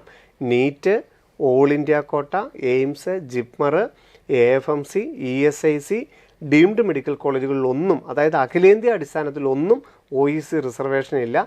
അവിടെ OBC നോൺ ക്രിമിലെയറിൻ്റെ 27% സീറ്റ് സംവരണം മാത്രമേ ലഭ്യമാവുകയുള്ളൂ. സാർ, അടുത്തൊരു ചോദ്യം. സാർ, ESI ജനുവരിയിൽ മെമ്പറാണ്. അപ്പോൾ ഈ വർഷത്തെ MBBS ESI വാലിഡിറ്റി കിട്ടും? സാർ, ഓരോ വർഷവും ESIക്ക് ഓരോ നിയമങ്ങളാണ്. ഇപ്പം നമുക്ക് 2023 ESI IP കിട്ടിയതിൻ്റെ നിയമം എന്തായിരുന്നു? 2022 സെപ്റ്റംബറിലെങ്കിലും മെമ്പർ ആകണമെന്നുള്ളതായിരുന്നു. 6 മാസമെങ്കിലും മെമ്പർ ആയവർക്ക് മാത്രമേ IP സർട്ടിഫിക്കറ്റ് കൊടുത്തുള്ളൂ. എന്നാൽ 2022 നിയമം എന്തായിരുന്നു? 22 മാർച്ചിനെങ്കിലും മെമ്പർ ആയാൽ മതിയായിരുന്നു. അപ്പം ഈ വർഷത്തെ നിയമം എന്താണെന്നുള്ളത് ഈ മെയ് മാസത്തിൽ മാത്രമേ അറിയാൻ സാധിക്കുകയുള്ളൂ. പക്ഷേ നമ്മളുടെ എക്സ്പീരിയൻസ് വെച്ച് നമ്മൾ പറയുന്നു 2023 സെപ്റ്റംബറിലെങ്കിലും അംഗമായവരായിരിക്കും ഈ വർഷത്തെ IP സർട്ടിഫിക്കറ്റിന് കിട്ടാനായിട്ട് അർഹതയുണ്ടാവുക. കാരണം കോവിഡ് സാഹചര്യമൊക്കെ വന്നതുകൊണ്ടായിരിക്കാം ഒരു വർഷം മാത്രം ആ സാമ്പത്തിക വർഷത്തെ മാർച്ച് മാസം അനുവദിച്ചത്. ഇപ്പം കഴിഞ്ഞ സെപ്റ്റംബറിലെങ്കിലും മെമ്പറായിട്ടുള്ളവർക്ക് മാത്രമേ IP സർട്ടിഫിക്കറ്റ് കിട്ടാനുള്ള സാഹചര്യമുള്ളൂ എന്നാണ് മനസ്സിലാക്കാൻ സാധിക്കുന്നത്. സർ, അടുത്തൊരു ചോദ്യം. സർ, ആധാറിൽ പേരും ഡേറ്റ് ഓഫ് ബർത്തും ഒക്കെയാണ്, അഡ്രസ്സിൽ സ്പെല്ലിംഗ് മിസ്റ്റേക്ക്, എന്തെങ്കിലും പ്രോബ്ലം ഉണ്ടാകുമോ? നമുക്ക് മെയ് 5 എക്സാം സ്ഥലത്തും അതുപോലെ അഡ്മിഷന് കോളേജ് സമയത്തും ഒക്കെ വാലിഡ് ID പ്രൂഫായിട്ട് ഉപയോഗിക്കുന്നത് ആധാർ ആണെങ്കിൽ പേരും ഫോട്ടോയും മാത്രമേ വെരിഫൈ ചെയ്യുകയുള്ളൂ. അവിടെ വേറൊന്നും വെരിഫൈ ചെയ്യാനായിട്ട് അവരോട് നിർദ്ദേശിച്ചിട്ടില്ല. ഓക്കെ സർ, ശ്രീകുമാർ എന്ന് പറയുന്ന ഒരു പ്രേക്ഷകന്റെ ചോദ്യമാണ്. സർ, ആനുവൽ ഇൻകം തെറ്റിപ്പോയി വെച്ചത് കുഴപ്പമുണ്ടോ? നമ്മൾ ആദ്യം പറഞ്ഞതുപോലെ തന്നെ കറക്ഷൻ വിൻഡോയിൽ നമുക്ക് വേണേൽ കറക്റ്റ് ചെയ്യാം. പക്ഷേ ഇതൊരു റേഞ്ച് മാത്രമാണ്. കേന്ദ്ര ഗവൺമെൻറ്റിന് ഈ 25 ലക്ഷം കുട്ടികളുടെ ഒരു ഡാറ്റാബേസ് കളക്ഷൻ എടുക്കുന്നതിന് വേണ്ടി മാത്രമുള്ള ഒരു ചോദ്യമാണത്. അതിനു വേണ്ടിയിട്ട് കറക്ഷൻ വിൻഡോ ഉപയോഗിക്കാതിരിക്കുന്നതാണ് നല്ലത്. ആ ഫാമിലി ഇൻകത്തിന് യാതൊരു അടിസ്ഥാനവുമില്ല. സർ, അതുപോലെ തന്നെ ഒരു പ്രേക്ഷകന്റെ ചോദ്യമാണ്. ആപ്ലിക്കേഷൻ സമർപ്പിച്ചപ്പോൾ കാറ്റഗറി OBC മാത്രമാണ് കൊടുത്തത്. അപ്ലൈ ചെയ്തതിന് ശേഷമാണ് OBC മുസ്ലിം എന്ന് കൂടി കൊടുക്കേണ്ടതായിരുന്നു എന്ന് ശ്രദ്ധിച്ച് മാർച്ച് 9 ശേഷം തിരുത്തിയാൽ മതിയോ? അദ്ദേഹം അത് എവിടെ നിന്നാണ് മനസ്സിലാക്കിയെന്നുള്ളത് നമുക്ക് വ്യക്തമല്ല. OBC NCL കൊടുക്കാൻ മാത്രമേ ഉള്ളൂ. നമ്മൾക്ക് അവിടെ ഈഴവെന്നോ മുസ്ലിമെന്നോ BH എന്നോ VK എന്നോ ഒന്നും കൊടുക്കാനായിട്ടില്ല. താങ്കൾ ചെയ്തത് ശരിയാണ്. OBC NCL എന്ന് മാത്രമേ കൊടുക്കാനുണ്ടായിരുന്നുള്ളൂ. Correction window ഉപയോഗിക്കേണ്ടതായിട്ടില്ല. എന്നാൽ കേരള മെഡിക്കൽ അപ്ലൈ ചെയ്യുമ്പോൾ നമ്മൾ ഏത് കാസ്റ്റാണ് ക്ലെയിം ചെയ്യുന്നതെന്ന് ചോദിക്കും. അവിടെ നമ്മൾ മുസ്ലിം എന്ന് കൊടുക്കുകയും വില്ലേജ് ഓഫീസിൽ നിന്നുള്ള നോൺ ക്രിമിനൽ സർട്ടിഫിക്കറ്റ് അപ്ലോഡ് ചെയ്യുകയും ചെയ്യണം. നീറ്റിന് താങ്കൾ ചെയ്തത് ശരിയാണ്. ഇങ്ങനെ മാത്രമേ കൊടുക്കാൻ ഉണ്ടായിരുന്നുള്ളൂ. അവിടെ OBC NCL മുസ്ലിം എന്നൊരു ചോദ്യം ഇല്ലായിരുന്നു. സർ, പത്മകുമാർ എന്ന് പറയുന്ന പ്രേക്ഷകന്റെ ഒരു ചോദ്യമാണ്. Dear sir, my student passport initially issued from India and later renewed from outside India. Please advise need to fill an Indian column or non-Indian column? ആദ്യം നമ്മൾ ഇന്ത്യൻ കോളത്തിൽ തന്നെ എൻട്രി ചെയ്ത് നോക്കുക. കാരണം ഇത് എടുത്തത് തന്നെ ഇന്ത്യൻ ആയതുകൊണ്ട് 90% ഇത് വെരിഫൈ ആകും.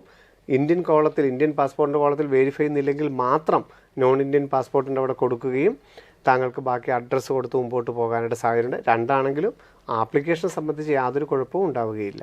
സർ, അടുത്തൊരു ചോദ്യം. ആപ്ലിക്കേഷൻ ചെയ്തു, കൺഫർമേഷൻ പേജ് ഒരു സൈഡ് എടുക്കണോ അതോ 2 സൈഡ് എടുക്കണോ എന്നുള്ളതാണ്. നമുക്ക് നീറ്റ് 2024 ഓൺലൈൻ അപ്ലൈ ചെയ്തു, പേയ്മെൻറ്റ് ചെയ്ത് കഴിയുമ്പോൾ ഓൺലൈൻ ആപ്ലിക്കേഷൻ കംപ്ലീറ്റ് സക്സസ്ഫുള്ളി എന്ന് തിരിച്ചറിയാനുള്ള മാർഗ്ഗമാണ് കൺഫർമേഷൻ പേജ് അല്ലെങ്കിൽ അവസാനത്തെ PDF ആപ്ലിക്കേഷൻ പേജ് എന്ന് പറയുന്നത്. അത് നമുക്കൊരു റെഫറൻസിനായിട്ട് എടുത്ത് വെക്കുന്നു എന്ന് മാത്രമേ ഉള്ളൂ. അത് ഒരു സിംഗിൾ പേജായിട്ടോ ഒരു പേജിൻ്റെ തന്നെ 2 സൈഡായിട്ടോ അല്ലെങ്കിൽ PDF ആയിട്ട് കമ്പ്യൂട്ടറിൽ തന്നെ സേവ് ചെയ്താൽ മതിയാകും. സർ, അതുപോലെ തന്നെ നമ്മുടെ ഒരു പ്രവാസി ഒരു പ്രേക്ഷകനാണ്. അദ്ദേഹത്തിൻ്റെ ചോദ്യം ഇതാണ്. We are currently in UAE and we used passport for registration and we entered as Indian passport and was accepted. Registration was complete. Passport was taken from India and renewed in Dubai. We didn't mention as non-Indian passport. Will it be create an issue? നമ്മൾ തൊട്ട് മുമ്പ് answer പറഞ്ഞതുപോലെ തന്നെ നമുക്ക് ഇന്ത്യയിൽ നിന്നെടുത്ത passport ആയതുകൊണ്ട് അത് ഇന്ത്യൻ പാസ്പോർട്ടിൽ തന്നെ വെരിഫൈ ചെയ്യും. അതാണ് കറക്റ്റായിട്ടുള്ള രീതിയും. ഇനി റിന്യൂ ചെയ്ത് വിദേശത്തായതുകൊണ്ട് അത് നോൺ ഇന്ത്യയിൽ ഒരുമിച്ച് കൊടുത്ത് അവിടെ വെരിഫിക്കേഷൻ ആവശ്യമില്ല. താങ്കൾ ചെയ്തത് ശരിയാണ്. അതിന് യാതൊരു കറക്ഷനും ഇല്ല. സർ, അടുത്തൊരു പ്രേക്ഷകന്റെ ചോദ്യം. സാർ, ഞാൻ 12th അപ്പിയറിംഗ് എന്ന് സെലക്ട് ചെയ്തിട്ട് റോൾ നമ്പർ ചോദിച്ചെടുത്ത് ഹാൾ ടിക്കറ്റ് കിട്ടാത്തത് കൊണ്ട് നോട്ട് അവൈലബിൾ എന്ന് വെച്ചിരിക്കുന്നു. ഇനി എന്താണ് ചെയ്യേണ്ടത്? നമുക്ക് കറക്ഷൻ വിൻഡോ വരുന്ന സമയത്ത് നമുക്കത് കയറുകയും +2ൻ്റെ റോൾ നമ്പർ അവിടെ എൻ്റർ ചെയ്യുകയും ചെയ്യാം. എന്നാൽ അത് പ്രധാനപ്പെട്ട ഒരു കറക്ഷൻ അല്ലാത്തത് കൊണ്ട് കയറാതിരിക്കുന്നതായിരിക്കും നല്ലത്. അഡ്മിഷൻ സമയത്താണ് നമ്മൾ ഒറിജിനൽ മാർക്ക് ലിസ്റ്റ് പ്രൊഡ്യൂസ് ചെയ്യേണ്ടത്. ആപ്ലിക്കേഷൻ്റെ സമയത്ത് നമ്മൾ റോൾ നമ്പർ കൊടുത്തോ ഇല്ലയോ എന്നുള്ളതിന് യാതൊരു പ്രാധാന്യവുമില്ല. സർ, സരിത ലക്ഷ്മി എന്ന് പറയുന്നൊരു പ്രേക്ഷകരുടെ ചോദ്യമാണ്. അദ്ദേഹം ആപ്ലിക്കേഷൻ സമർപ്പിച്ചപ്പോൾ ജനറൽ EWS എന്നാണ് ചേർത്തത്. അതിന് ചേഞ്ച് ചെയ്യാൻ പറ്റുമോ ജനറൽ കാറ്റഗറിയിലേക്ക്? പലർക്കും ഒരു തെറ്റിദ്ധാരണയുണ്ട്. കേരളത്തിലെ വില്ലേജ് ഓഫീസറിൽ നിന്ന് കിട്ടുന്ന EWS സർട്ടിഫിക്കറ്റ് വെച്ചുകൊണ്ട് നീറ്റിന് അപ്ലൈ ചെയ്തപ്പോൾ പലരും EWS എന്ന് കാറ്റഗറി കൊടുത്തിട്ടുണ്ട്. യഥാർത്ഥത്തിൽ നീറ്റിന് ഓൾ ഇന്ത്യ കോട്ടയ്ക്ക് തഹസീൽദാരിൽ നിന്ന് കിട്ടുന്ന EWS സർട്ടിഫിക്കറ്റ് മാത്രമേ വാലിഡിറ്റി ഉള്ളൂ. വില്ലേജ് ഓഫീസിൽ നിന്ന് കിട്ടുന്ന EWS സർട്ടിഫിക്കറ്റ് വെച്ച് നമുക്ക് നീറ്റിനൊരിക്കലും കാറ്റഗറി EWS കൊടുക്കാൻ പറ്റുകയില്ല. അത് നമുക്ക് മാർച്ച് 10-ാം തീയതി എഡിറ്റിംഗ് സമയത്ത് നിർബന്ധമായിട്ടും ജനറലിലോട്ട് ആപ്ലിക്കേഷൻ ചേഞ്ച് ചെയ്യേണ്ടതാണ്. തഹസീൽദാരിൽ നിന്ന് EWS കിട്ടുന്നവർ മാത്രമേ നീറ്റിന് EWS കൊടുക്കാവുള്ളൂ, അല്ലാത്തവർ ജനറലാണ്. സർ, ഒരു പ്രേക്ഷകരുടെ ചോദ്യം ഇതാണ്. 11ാം ക്ലാസ്സിലെ മാർക്ക് ഷീറ്റ് സബ്മിറ്റ് ചെയ്യേണ്ടടുത്ത് +2 റോൾ നമ്പറാണ് അദ്ദേഹം കൊടുത്തത്. തീർച്ചയായിട്ടും നീറ്റിന് അപ്ലൈ ചെയ്യുന്ന സമയത്ത് 10ാം ക്ലാസ്, 11ാം ക്ലാസ്, 12ാം ക്ലാസ്സിന്റെ ഡീറ്റെയിൽസ് സെപ്പറേറ്റ് എൻട്രി ചെയ്യാനുണ്ടായിരുന്നു. CBSE ISC വിഭാഗത്തിന് 11ാം ക്ലാസ്സിൽ ബോർഡ് എക്സാം ഇല്ലാത്തതുകൊണ്ട് നോട്ട് ആപ്ലിക്കബിൾ എന്നാണ് കൊടുക്കേണ്ടിയിരുന്നത്. എന്നാൽ ഇദ്ദേഹം 11th ഡീറ്റെയിൽസ് അദ്ദേഹത്തിന് ലഭ്യമല്ലായിരുന്നു. അദ്ദേഹം അത് നോട്ട് ആപ്ലിക്കബിൾ എന്നുള്ള വിൻഡോ കാണാത്തത് കൊണ്ട് +2 റോൾ നമ്പർ വെച്ചാണ് ആ ഡീറ്റെയിൽസ് കൊടുത്തത്. അത് അക്കാഡമിക് ഡീറ്റെയിൽസ് നമ്മളെ ഒരു ഡാറ്റാബേസ് കളക്ഷൻ മാത്രമാണ്, നമ്മളെ കുട്ടിയെ ബാധിക്കുന്ന കാര്യമല്ല. അതുകൊണ്ട് അതിനു വേണ്ടിയിട്ട് തിരുത്താതിരിക്കുന്നതാണ് നല്ലത്. പക്ഷേ വേണമെങ്കിൽ മാർച്ച് 10-ാം തീയതി കറക്ഷൻ വിൻഡോ ഉപയോഗിക്കാം, അത് നോട്ട് ആപ്ലിക്കബിൾ തിരിച്ചു മാറ്റാം. അത് പക്ഷേ പ്രധാനപ്പെട്ട തെറ്റല്ലാത്തത് കൊണ്ട് അതിനു വേണ്ടിയിട്ട് കറക്ഷൻ വിൻഡോ ഉപയോഗിക്കാതിരിക്കുന്നത് തന്നെയാണ് നല്ലത്. മാർച്ച് 10-ന് എഡിറ്റ് ചെയ്യാം. ഓക്കെ സർ, അതുപോലെ തമന്ന എന്ന് പറയുന്ന പ്രേക്ഷകരുടെ ചോദ്യമാണ്. നീറ്റ് അപ്ലൈ ചെയ്തപ്പോൾ ഫിംഗർ ഇംപ്രഷൻസ് വെക്കാൻ വിട്ടുപോയി, തമ്പ് ഇംപ്രഷൻ മാത്രമേ വെച്ചുള്ളൂ, കറക്റ്റ് ചെയ്യാൻ പറ്റുമോ? NDA സമയത്തോളം നിങ്ങളുടെ 10 വിരലിനകത്ത് ഒരു വിരലിൻ്റെ എങ്കിലും ഇംപ്രഷൻ കൃത്യമായിട്ട് കിട്ടിയാൽ നമ്മളെ അനേകായിരങ്ങളിൽ നിന്ന് നമ്മളെ കണ്ടുപിടിക്കാൻ യാതൊരു പാടുമില്ല. അതുകൊണ്ട് NDA സമയത്തോളം അതൊരു തെറ്റല്ല, ഒരു ഫിംഗറിൻ്റെ ഇംപ്രഷൻ കിട്ടിയാലും മതിയാകും. നമുക്ക് പേടിയുണ്ടെങ്കിൽ മെയ് 5-ാം തീയതിത്തെ ആ പരീക്ഷയ്ക്ക് നമുക്ക് എന്തെങ്കിലും ഒരു ബുദ്ധിമുട്ട് വരുമെന്ന് നമുക്ക് പേടിയുണ്ടെങ്കിൽ കറക്ഷൻ വിൻഡോയിൽ അത് 10 വിരലിൻ്റെയും ഇംപ്രഷൻ ആക്കാം. ഇല്ലെങ്കിലും ആപ്ലിക്കേഷന് യാതൊരു തരത്തിലും റിജക്ഷനോ ഇമേജസിന് റിജക്ഷനോ ഒന്നും വരികയില്ല. സർ, അതുപോലെ അടുത്തൊരു പ്രേക്ഷകന്റെ ചോദ്യം, സാർ ഫോട്ടോയിൽ ചെവി രണ്ടും നല്ലപോലെ കാണണമെന്നുണ്ടോ? എനിക്ക് തോന്നുന്നു നമ്മളിപ്പോൾ ഏകദേശം ഒരു 1000കണക്കിന് ചോദ്യങ്ങൾക്ക് ഉത്തരം അല്ലേ ഈ ഒരു കാര്യത്തിനായിട്ട് നമ്മൾ ഉത്തരം പറഞ്ഞിട്ടുണ്ട്. കാരണം ഒരു ഫോട്ടോ എന്ന് പറയുന്നത് ഒരു കാൻഡിഡേറ്റിനെ തിരിച്ചറിയാൻ വേണ്ടി മാത്രം ഉപയോഗിക്കുന്ന ഒരു മീഡിയമാണ്. അവിടെ നമുക്ക് ചെവി കാണണം, ഗ്ലാസ് വെക്കാം, അങ്ങനെയുള്ള യാതൊരു നിബന്ധനകളുമില്ല. അയാൾക്ക് കംഫർട്ടായിട്ടുള്ള രീതിയിൽ തട്ടമിട്ടിട്ടോ മുടിയിട്ടിട്ടോ ഏത് രീതിയിലും ഫോട്ടോ എടുക്കാം. പക്ഷേ ആളെ കണ്ടാൽ തിരിച്ചറിയാൻ വ്യക്തമായിരിക്കണം. ഐറിസുകൾ സ്കാൻ ചെയ്യാൻ സാധ്യമായ രീതിയിൽ വ്യക്തമായ ക്ലിയർ പിക്ചർ ആയിരിക്കണമെന്ന് മാത്രമേ ഉള്ളൂ. ചെവി രണ്ടും കാണണമെന്ന് യാതൊരു നിബന്ധനവുമില്ല. എനിക്ക് തോന്നുന്നു അപ്ലോഡ് ചെയ്തിരിക്കുന്ന 25 ലക്ഷം ആപ്ലിക്കേഷനിൽ 1 ലക്ഷം പേരുടെ പോലും 2 ചെവിയും കാണാനുള്ള, പ്രത്യേകിച്ചും പെൺകുട്ടികളുടെ 2 ചെവിയും കാണാനുള്ള ഒരു മാർഗവുമില്ല. അതുകൊണ്ട് അതൊരു പ്രസക്തമായ കാര്യമല്ല. അതിനു വേണ്ടിയിട്ട് ഇമേജ് ദയവായിട്ട് കറക്റ്റ് ചെയ്യേണ്ട ആവശ്യമില്ല. സർ, ഗ്യാപ്പ് സർട്ടിഫിക്കറ്റ് ഹാജരാക്കണമെന്ന് പറയുന്നു, വേണ്ടതാണോ? അതാണ് അടുത്തത്. യഥാർത്ഥത്തിൽ ഗ്യാപ്പ് സർട്ടിഫിക്കറ്റ് എന്ന് പറയുന്നത് +2-ന് ശേഷം റിപ്പീറ്റ് ചെയ്യുകയോ റിപ്പീറ്റ് ചെയ്യുകയോ ഒക്കെ ചെയ്ത സമയത്ത് +2-ന് ശേഷം എന്തെടുക്കുകയായിരുന്നു, അക്കാഡമിക്കലി താങ്കൾ എന്ത് ചെയ്യുകയായിരുന്നു എന്നുള്ള ചോദ്യമാണ് ഗ്യാപ്പ് സർട്ടിഫിക്കറ്റ് എന്ന് പറയുന്നതിൻ്റെ ഉദ്ദേശിക്കുന്നത്.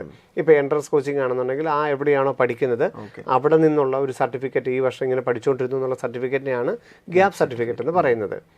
ESI IP വാർഡുകളായിട്ടാണ് നമ്മൾ അഡ്മിഷൻ എടുക്കുന്നതെങ്കിൽ അവർക്ക് ഈ സർട്ടിഫിക്കറ്റ് ചോദിക്കാറുണ്ട്, +2-ന് ശേഷം നിങ്ങൾ എന്തെടുക്കുകയായിരുന്നു എന്ന്.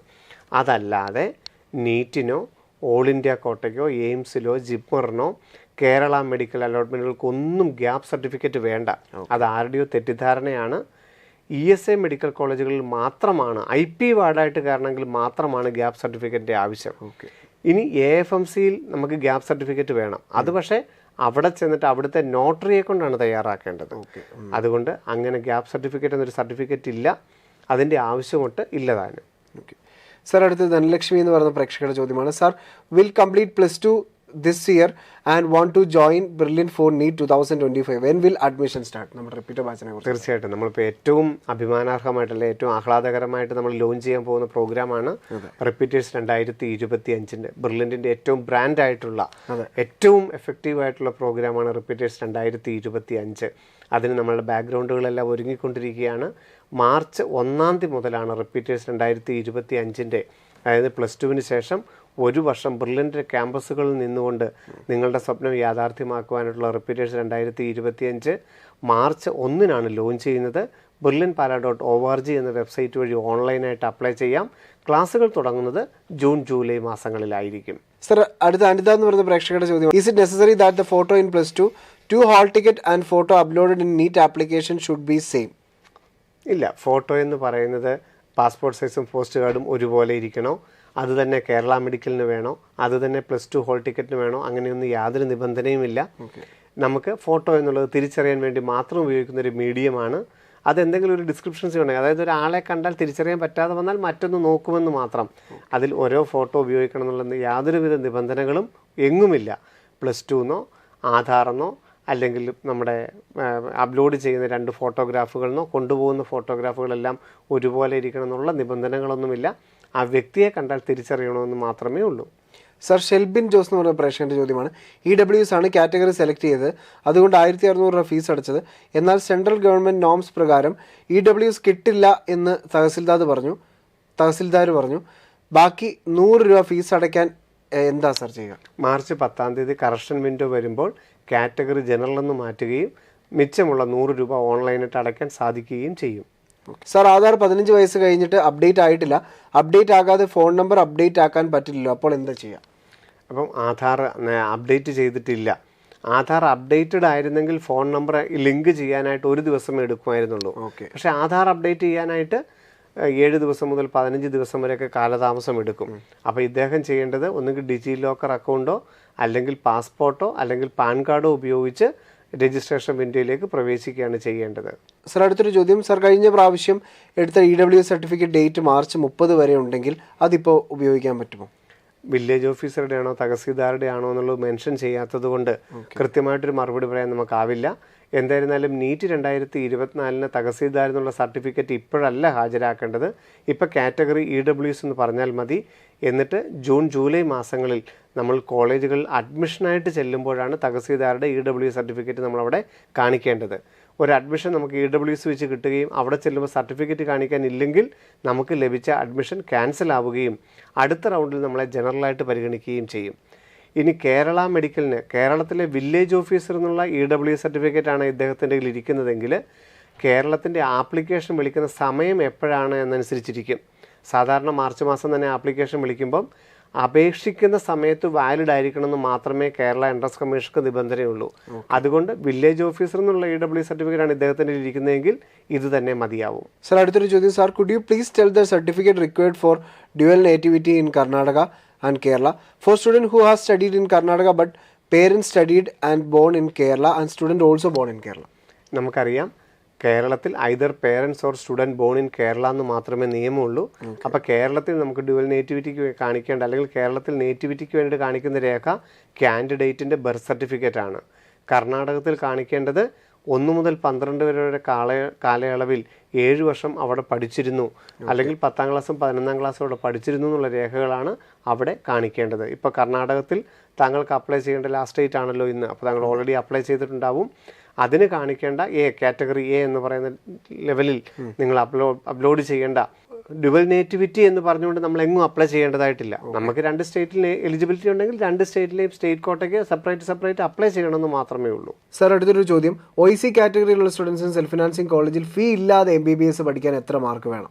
കഴിഞ്ഞൊരു 3 വർഷങ്ങൾ നോക്കുകയാണെങ്കിൽ 500 മാർക്കാണ് BH വിഭാഗത്തിന് OEC കാറ്റഗറിയിലൊക്കെ ട്യൂഷൻ ഫീസ് ഇല്ലാതെ കേരളത്തിലെ 19 സെൽഫ് ഫിനാൻസിങ് കോളേജുകളിൽ ഏതെങ്കിലും പഠിക്കാൻ കിട്ടിയ last mark 500. Sir, can you please tell how effective will JEE Mains paper for NEET student? What benefit will a NEET student get by solving all JEE Mains session 1 and 2 papers?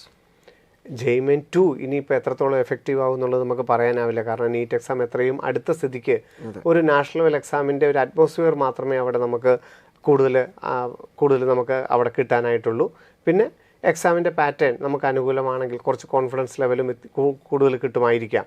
പക്ഷേ JEE Main paper 2 ഒരിക്കലും ഞങ്ങൾ കുട്ടികളോട് ഒരു confidence level കൂട്ടാനായിട്ട് attend ചെയ്യണമെന്ന് പറയാറില്ല. കാരണം അവിടെ നമുക്ക് വേറൊരു പാറ്റേൺ വന്നാൽ, ഒരു ഡിഫിക്കൽട്ടി ലെവൽ വന്നാൽ അത് നെഗറ്റീവായിട്ട് ബാധിക്കാനാണ് സാധ്യത. JEE Main പേപ്പർ സെഷൻ 1 എഴുതാനാണ് ഞങ്ങൾ എല്ലാ കുട്ടികളോടും ആവശ്യപ്പെട്ടത്. അത് 100% ഫലപ്രദമാവുകയും ചെയ്തു. നമുക്കറിയാം 10 സെറ്റ് ക്വസ്റ്റ്യൻ പേപ്പറാണ് JEE Main ആദ്യത്തെ സെഷനിൽ നടത്തിയത്. 10 സെറ്റിലും ഏറ്റവും സിലബസിൽ നിന്നുകൊണ്ടുള്ള ചോദ്യങ്ങളാണെന്നുള്ളത് കുട്ടികൾക്ക് മനസ്സിലായി. കാരണം സിലബസ് അപ്ഡേറ്റ് ആയിരുന്നു. അപ്പോൾ എല്ലാ കുട്ടികൾക്കും സംശയം ഉണ്ടായിരുന്നു സിലബസിൽ നിന്ന് മാത്രം പഠിച്ചാൽ മതിയായിരുന്നു എന്നുള്ളത്. സിലബസിൽ നിന്ന് മാത്രമേ, പുതുക്കിയ സിലബസ് അനുസരിച്ച് മാത്രമേ ചോദ്യങ്ങൾ വരികയുള്ളൂ എന്നുള്ളത് JEE Main ആദ്യ സെഷനിൽ നിന്ന് എല്ലാവർക്കും മനസ്സിലായി. കെമിസ്ട്രിയിൽ ചോദ്യങ്ങൾ ഇൻഓർഗാനിക്കിൽ നിന്ന് വെട്ടിക്കുറച്ചത് മൂലം ഓർഗാനിക്കിന് കൂടുതൽ വെയിറ്റേജ് വരുമോ, കൂടുതൽ ഡിഫിക്കൽട്ടി ലെവൽ ആയിരിക്കുമോ എന്നുള്ള ചോദ്യത്തിനും കൃത്യമായ ഉത്തരം കിട്ടി. ചാപ്റ്ററുകൾ വളരെ കുറഞ്ഞെങ്കിലും ഇൻഓർഗാനിക്കിനും ഓർഗാനിക്കിലും ഫിസിക്കലിനും ഒരേ വെയിറ്റേജ് ആണെന്നുള്ളൂ. ചാപ്റ്ററുകൾ വെട്ടിക്കുറച്ചതുകൊണ്ട് ഓർഗാനിക്കിന് ഡിഫിക്കൽട്ടി ലെവൽ കൂടിയൊന്നുമില്ല. ഏറ്റവും സിമ്പിളായിട്ട് ഏറ്റവും ഡയറക്റ്റായിട്ട് കിട്ടുന്ന ചോദ്യങ്ങളാണ് കുട്ടികൾക്ക് കെമിസ്ട്രിയിൽ കിട്ടിയത്. അപ്പോൾ അവിടെ കെമിസ്ട്രിയിൽ എങ്ങനെ പഠിക്കണമെന്ന് വലിയൊരു ചോദ്യത്തിന് ഉത്തരമാണ് ജെയ്മെയിൻ ആദ്യ സെഷനിലൂടെ കുട്ടികൾക്ക് കിട്ടിയത്. ഇനി ഫിസിക്സിൻ്റെ കാര്യത്തിലാണെങ്കിലും NCERTയിൽ നിന്നും മാത്രമേ ചോദ്യങ്ങൾ ചോദിക്കുകയുള്ളൂ. ഡയറക്റ്റായിട്ട് നമുക്ക് ടൈം ബൗണ്ടായിട്ട് എങ്ങനെ ചോദ്യങ്ങൾ എഴുതാൻ സാധിക്കും, എത്രത്തോളം വേഗത്തിൽ എഴുതാൻ സാധിക്കും, അങ്ങനെ നീറ്റ് 2024 ഏറ്റവും അധികം ഉപയോഗപ്രദമായ രീതിയിലാണ് ജെയ്മെയിൻ ആദ്യ സെഷൻ നടന്നത്. അതിൽ മിക്ക കുട്ടികൾക്കും ഒരു 97-98% സ്കോർ നേടാനും സാധിച്ചു. ഒരുവിധം നന്നായിട്ട് തയ്യാറെടുത്തവർക്ക് അത് വലിയൊരു കോൺഫിഡൻസ് ലെവൽ നൽകുകയും ചെയ്തു. ഒരു നാഷണൽ ലെവൽ എക്സാമിൻ്റെ അറ്റ്മോസ്ഫിയർ, NCERTയിൽ നിന്നുള്ള മാത്രം ചോദ്യങ്ങൾ, പുതിയ സിലബസ് അനുസരിച്ച് സിലബസിൽ നിന്നുകൊണ്ടുള്ള മാത്രം ചോദ്യങ്ങൾ, പുതുക്കിയതായിട്ട് വന്നിരിക്കുന്ന പ്രാക്ടിക്കൽ ഉൾപ്പെടെയുള്ള ചോദ്യങ്ങളിൽ നിന്ന് അവനവന് എഴുതാൻ പറ്റുന്നുള്ള ചോദ്യങ്ങൾ, അങ്ങനെ ഒരു കുട്ടിക്ക് ഒരു നാഷണൽ ലെവൽ എക്സാമിൽ എത്രത്തോളം കോൺഫിഡൻസ് കൊടുക്കാൻ സാധിക്കുമോ അതിൽ ഏറ്റവും നന്നായിട്ട് തന്നെ ജെയ്മെയിൻ ആദ്യ സെഷൻ കുട്ടികൾക്കൊരു എഫക്റ്റീവായിട്ട് ഉപയോഗിക്കാനായിട്ട് സാധിച്ചു. സർ, PW കാറ്റഗറിയിലാകുമ്പോൾ അപ്ലൈ ചെയ്യുമ്പോൾ UDID കാർഡ് വെച്ച് മതിയോ അതോ ഡിസബിലിറ്റി സർട്ടിഫിക്കറ്റ് വേണ്ടി വരുമോ? ഇപ്പോൾ ഒരു പ്രത്യേകം തന്നെ പറയുന്നുണ്ട്, UDID ധാരാളം മതിയാകും. ഇപ്പോൾ അപ്ലൈ ചെയ്യുന്നതിന് ഈ കാർഡ് വെച്ച് അപ്ലൈ ചെയ്യുകയും അതിനുശേഷം വെരിഫിക്കേഷന് വേണ്ടിയിട്ട് നാഷണൽ ലെവലിൽ മദ്രാസ് മെഡിക്കൽ കോളേജോ തിരുവനന്തപുരം മെഡിക്കൽ കോളേജോ എവിടെയെങ്കിലും ഹാജരാകുമ്പോൾ അവരാണ് ഓൾ ഇന്ത്യ കോട്ട MCCയെ നേരിട്ട് അറിയിക്കുകയും നമുക്ക് ഡിസബിലിറ്റീസ് PWD കാറ്റഗറിയിലേക്ക് പ്രവേശനം നൽകുകയും ചെയ്യുന്നത്. സർ, അടുത്തൊരു ചോദ്യം. Sir, CMC Vellore application details ഏതൊക്കെ സർട്ടിഫിക്കറ്റ് ആണ് വേണ്ടത്? അഡ്മിഷൻ പ്രോസസ്സ് ഒന്ന് പറയാമോ? CMC വെല്ലൂർ എന്ന് പറയുന്നത് തമിഴ്നാട്ടിലെ ഒരു സ്വകാര്യ മെഡിക്കൽ കോളേജ് ആണെന്നും അവിടുത്തെ മുഴുവൻ സീറ്റുകൾക്കും 56,000 രൂപ മാത്രമേ വാർഷിക ഫീസ് ഉള്ളെന്നും 50% സീറ്റുകൾ തമിഴ്നാട്ടിലുള്ള കുട്ടികൾക്ക് മാത്രമാണ് അർഹത എന്നും നമ്മൾ പറഞ്ഞു കഴിഞ്ഞതാണ്. ബിർലൻ യൂട്യൂബ് ചാനലിൽ CMC വെല്ലൂരിൻ്റെ അഡ്മിഷൻ പ്രൊസീജിയർ വ്യക്തമായിട്ട് പറയുകയും ചെയ്യുന്നുണ്ട്. യാതൊരുവിധ റിസർവേഷനും കിട്ടാത്ത വിദ്യാർത്ഥികൾക്ക്, ഹിന്ദു, ക്രിസ്ത്യൻ, മുസ്ലിം വിദ്യാർത്ഥികൾക്ക് 2 സീറ്റാണ് ഓപ്പൺ കോട്ടയിലുള്ളത്. എല്ലാ ക്രിസ്ത്യൻസിനുമായിട്ട് വീണ്ടും ഒരു 2 സീറ്റ്, മലങ്കര, യാക്കോബൈറ്റ് അങ്ങനെ പോലുള്ള സമുദായത്തിന് വേറെ റിസർവേഷൻ, അവരവരുടെ പള്ളി കോർപ്പറേറ്റ് വഴി റിസർവേഷന് വേണ്ടിയിട്ട് അപേക്ഷിക്കണം. എല്ലാ ക്രിസ്ത്യൻസും 62 എന്ന മൈനോറിറ്റി വഴി അണ്ടർ ഗ്രാജുവേറ്റ് സ്പോൺസർഷിപ്പിന് വേണ്ടിയിട്ട് അനക്ഷർ 4 അയച്ചു കൊടുത്തുകൊണ്ട് അപേക്ഷിക്കുകയും ചെയ്യാം. അതിനുശേഷം TN മെഡിക്കൽ സെലക്ഷൻ എപ്പോഴാണോ തമിഴ്നാടിൻ്റെ ആപ്ലിക്കേഷൻ വിളിക്കുന്നത് ജൂൺ മാസത്തിൽ, ആ സമയത്ത് TN മെഡിക്കലിൽ അപ്ലൈ ചെയ്യുകയും അതിൻ്റെ റാങ്ക് CMC വെല്ലൂരിൻ്റെ സൈറ്റിൽ അപ്ലോഡ് ചെയ്ത് കൊടുക്കുകയും ചെയ്യേണ്ടതാണ്. ഇതിൻ്റെ ഡീറ്റെയിൽഡ് ബിർലൻ യൂട്യൂബ് ചാനലിൽ CMC വെല്ലൂർ അഡ്മിഷൻസ് എന്ന പേജിൽ ലഭ്യവുമാണ്. സർ, അടുത്തൊരു ചോദ്യം അമൽ കൃഷ്ണൻ എന്ന് പറയുന്ന പ്രേക്ഷകന്റെ ചോദ്യമാണ്. Did OIC reservation is valid four only MBBS? Did students get fee concession for any other allied courses under KEAM? 100% ഈ BH അല്ലെങ്കിൽ OEC വിഭാഗത്തിന് കേരളത്തിൽ ഏത് പ്രൊഫഷണൽ കോഴ്സുകളിൽ പ്രവേശനം നേടണമെങ്കിലും ട്യൂഷൻ ഫീസ് ഇല്ലാതെ പഠിക്കാൻ സാധിക്കും. എന്നാൽ മൈനോറിറ്റി കോട്ടയിലോ NRI കോട്ടയിലോ അവർക്ക് ആ സൗജന്യം ലഭ്യമല്ല, അവർ ഫീസ് അടയ്ക്കേണ്ടതായിട്ട് വരും. മൈനോറിറ്റി കോട്ടയോ NRI കോട്ടയോ അല്ലാത്ത engineering, medical, MBBS, BDS, agriculture, veterinary, B.Pharm, architecture, ഏത് മേഖലയിലുള്ള പ്രൊഫഷണൽ കോഴ്സിലാണെങ്കിലും OEC വിഭാഗത്തിന് ട്യൂഷൻ ഫീസ് ഒഴിവാക്കിയിട്ടുണ്ട്. സർ, അടുത്തൊരു ചോദ്യം അർച്ചന സുരേഷ് എന്ന് പറയുന്ന പ്രേക്ഷകരാണ്. Sir, please explain all codes for NEET application. I am a second year BSc partial dropper. NEET വെച്ചിട്ട് എന്തൊക്കെ കോഴ്സുകൾക്ക് അഡ്മിഷൻ കിട്ടുമെന്നാണ്. MBBS, BDS അഖിലേന്ത്യാ അടിസ്ഥാനത്തിൽ, വെറ്റിനറി അഖിലേന്ത്യാ അടിസ്ഥാനത്തിൽ, ആയുർവേദം, ഹോമിയോ, സിദ്ധ, യുനാനി അഖിലേന്ത്യാ അടിസ്ഥാനത്തിൽ. കേരളത്തിൽ MBBS, BDS, അഗ്രികൾച്ചർ, വെറ്റിനറി, ആയുർവേദം, homeo, fisheries, forestry, Siddha, Unani, climate change, അതുപോലെ തന്നെ ഡേറ്റാ സയൻസ്, ബയോടെക്നോളജി. അതുപോലെ BSc നഴ്സിംഗിൻ്റെ മഹാരാഷ്ട്ര, ആന്ധ്ര, തെലുങ്കാന സംസ്ഥാനങ്ങളുടെ സീറ്റുകൾ, ഓൾ ഇന്ത്യ കോട്ട വഴി ജിപ്മർ, ബനാറസ് ഹിന്ദു യൂണിവേഴ്സിറ്റി, RAK, മൗലാന പോലുള്ള കോളേജുകൾ, മിലിറ്ററി നഴ്സിംഗിൻ്റെ BSc നഴ്സിംഗ്, ഇങ്ങനെയുള്ള സീറ്റുകളും നീറ്റ് വഴി ലഭ്യമാണ്. സർ, ആദിത്യൻ എന്ന് പറയുന്ന പ്രേക്ഷകന്റെ ചോദ്യമാണ്. Sir, after completing 7 years in AFMC, will a person be able to continue their job to serve in AFMC lifelong until their retirement? Or should they leave after 7 years and then do PG and work as a normal doctor? AFMCയിലെ MBBS പഠനം 4.5 വർഷം MBBS പഠനം, 1 വർഷം house സർവൻസി, അതിനുശേഷം 7 വർഷമാണ് AFMCയിലെ bond. അപ്പോൾ അദ്ദേഹം ചോദിച്ചിരിക്കുന്ന ആ 7 വർഷത്തെ ബോണ്ടിന് ശേഷം നിർബന്ധമായും AFMCയിൽ നിന്ന് മാറണമോ അതോ അവിടെ തന്നെ ജോലിയിൽ തുടരാൻ സാധിക്കുമെന്നുള്ളതാണ്. അത് 7 വർഷം കഴിഞ്ഞാൽ നമ്മുടെ MBBS പഠനം അവസാനിച്ചു, നമുക്ക് അവിടെ തുടരാനായിട്ടാവില്ല. PG നമുക്ക് ക്വാളിഫൈ ചെയ്തതനുസരിച്ച് PG പഠനം തുടങ്ങുകയും, അല്ലെങ്കിൽ AFMC എന്നൊക്കെ ഇറങ്ങിയ ഒരു MBBS ഡോക്ടറാണ് PG ഇല്ലെങ്കിൽ പോലും ഇന്ന് ഇന്ത്യയിലെ ഏറ്റവും മാർക്കറ്റുള്ള, ഏറ്റവും വിലമതിക്കുന്ന, ഏറ്റവും അധികം റെമ്യൂണറേഷൻ ലഭിക്കുന്ന ഒരു മേഖലയാണ് AFMC എന്ന് MBBS കഴിഞ്ഞവർക്ക്. അതുകൊണ്ട് 7 വർഷം കംപ്ലീറ്റ് ചെയ്തിട്ട് ഇറങ്ങിയാലും ഏറ്റവും ഉയർന്ന ജോലി തന്നെയായിരിക്കും താങ്കൾക്ക് ലഭിക്കുന്നത്. അല്ലെങ്കിൽ PG എൻട്രൻസ് എഴുതിയിട്ട് പോസ്റ്റ് ഗ്രാജുവേഷന് പഠനം തുടരാവുന്നതുമാണ്. AFMCയിൽ തുടരാൻ അനുവദിക്കുകയില്ല. സാർ, അടുത്തൊരു ചോദ്യം. സാർ, ESI വഴി അഡ്മിഷൻ കിട്ടുകയാണെങ്കിൽ OBC NCA സർട്ടിഫിക്കറ്റിൻ്റെ ആവശ്യമുണ്ടോ? ഇദ്ദേഹം OBC ആണെന്നുണ്ടെങ്കിൽ ESIയിലും 27% OBC റിസർവേഷൻ ഉണ്ട്. ഇപ്പം ESI IP കോട്ട വഴി ജനറൽ വിഭാഗത്തിന് 63,000 ഓൾ ഇന്ത്യ റാങ്ക് വരെയാണ് പ്രവേശനം ലഭിച്ചതെങ്കിൽ ESI ഉണ്ടായിട്ട് OBC നോൺ ക്രിമിനൽ ആയിട്ടുള്ള വിദ്യാർത്ഥിക്ക് 75,000 വരെ 530 മാർക്ക് വരെ MBBSന് സീറ്റിന് പ്രവേശനം കിട്ടി. ESI IP വാർഡാവുകയും EWSും കൂടെ ഉണ്ടെങ്കിലോ 500 മാർക്ക് വരെയാണെങ്കിലും 84,000 ഓൾ ഇന്ത്യ റാങ്ക് വരെയാണെങ്കിലും ESI കോട്ട വഴി പ്രവേശനം ലഭിച്ചു.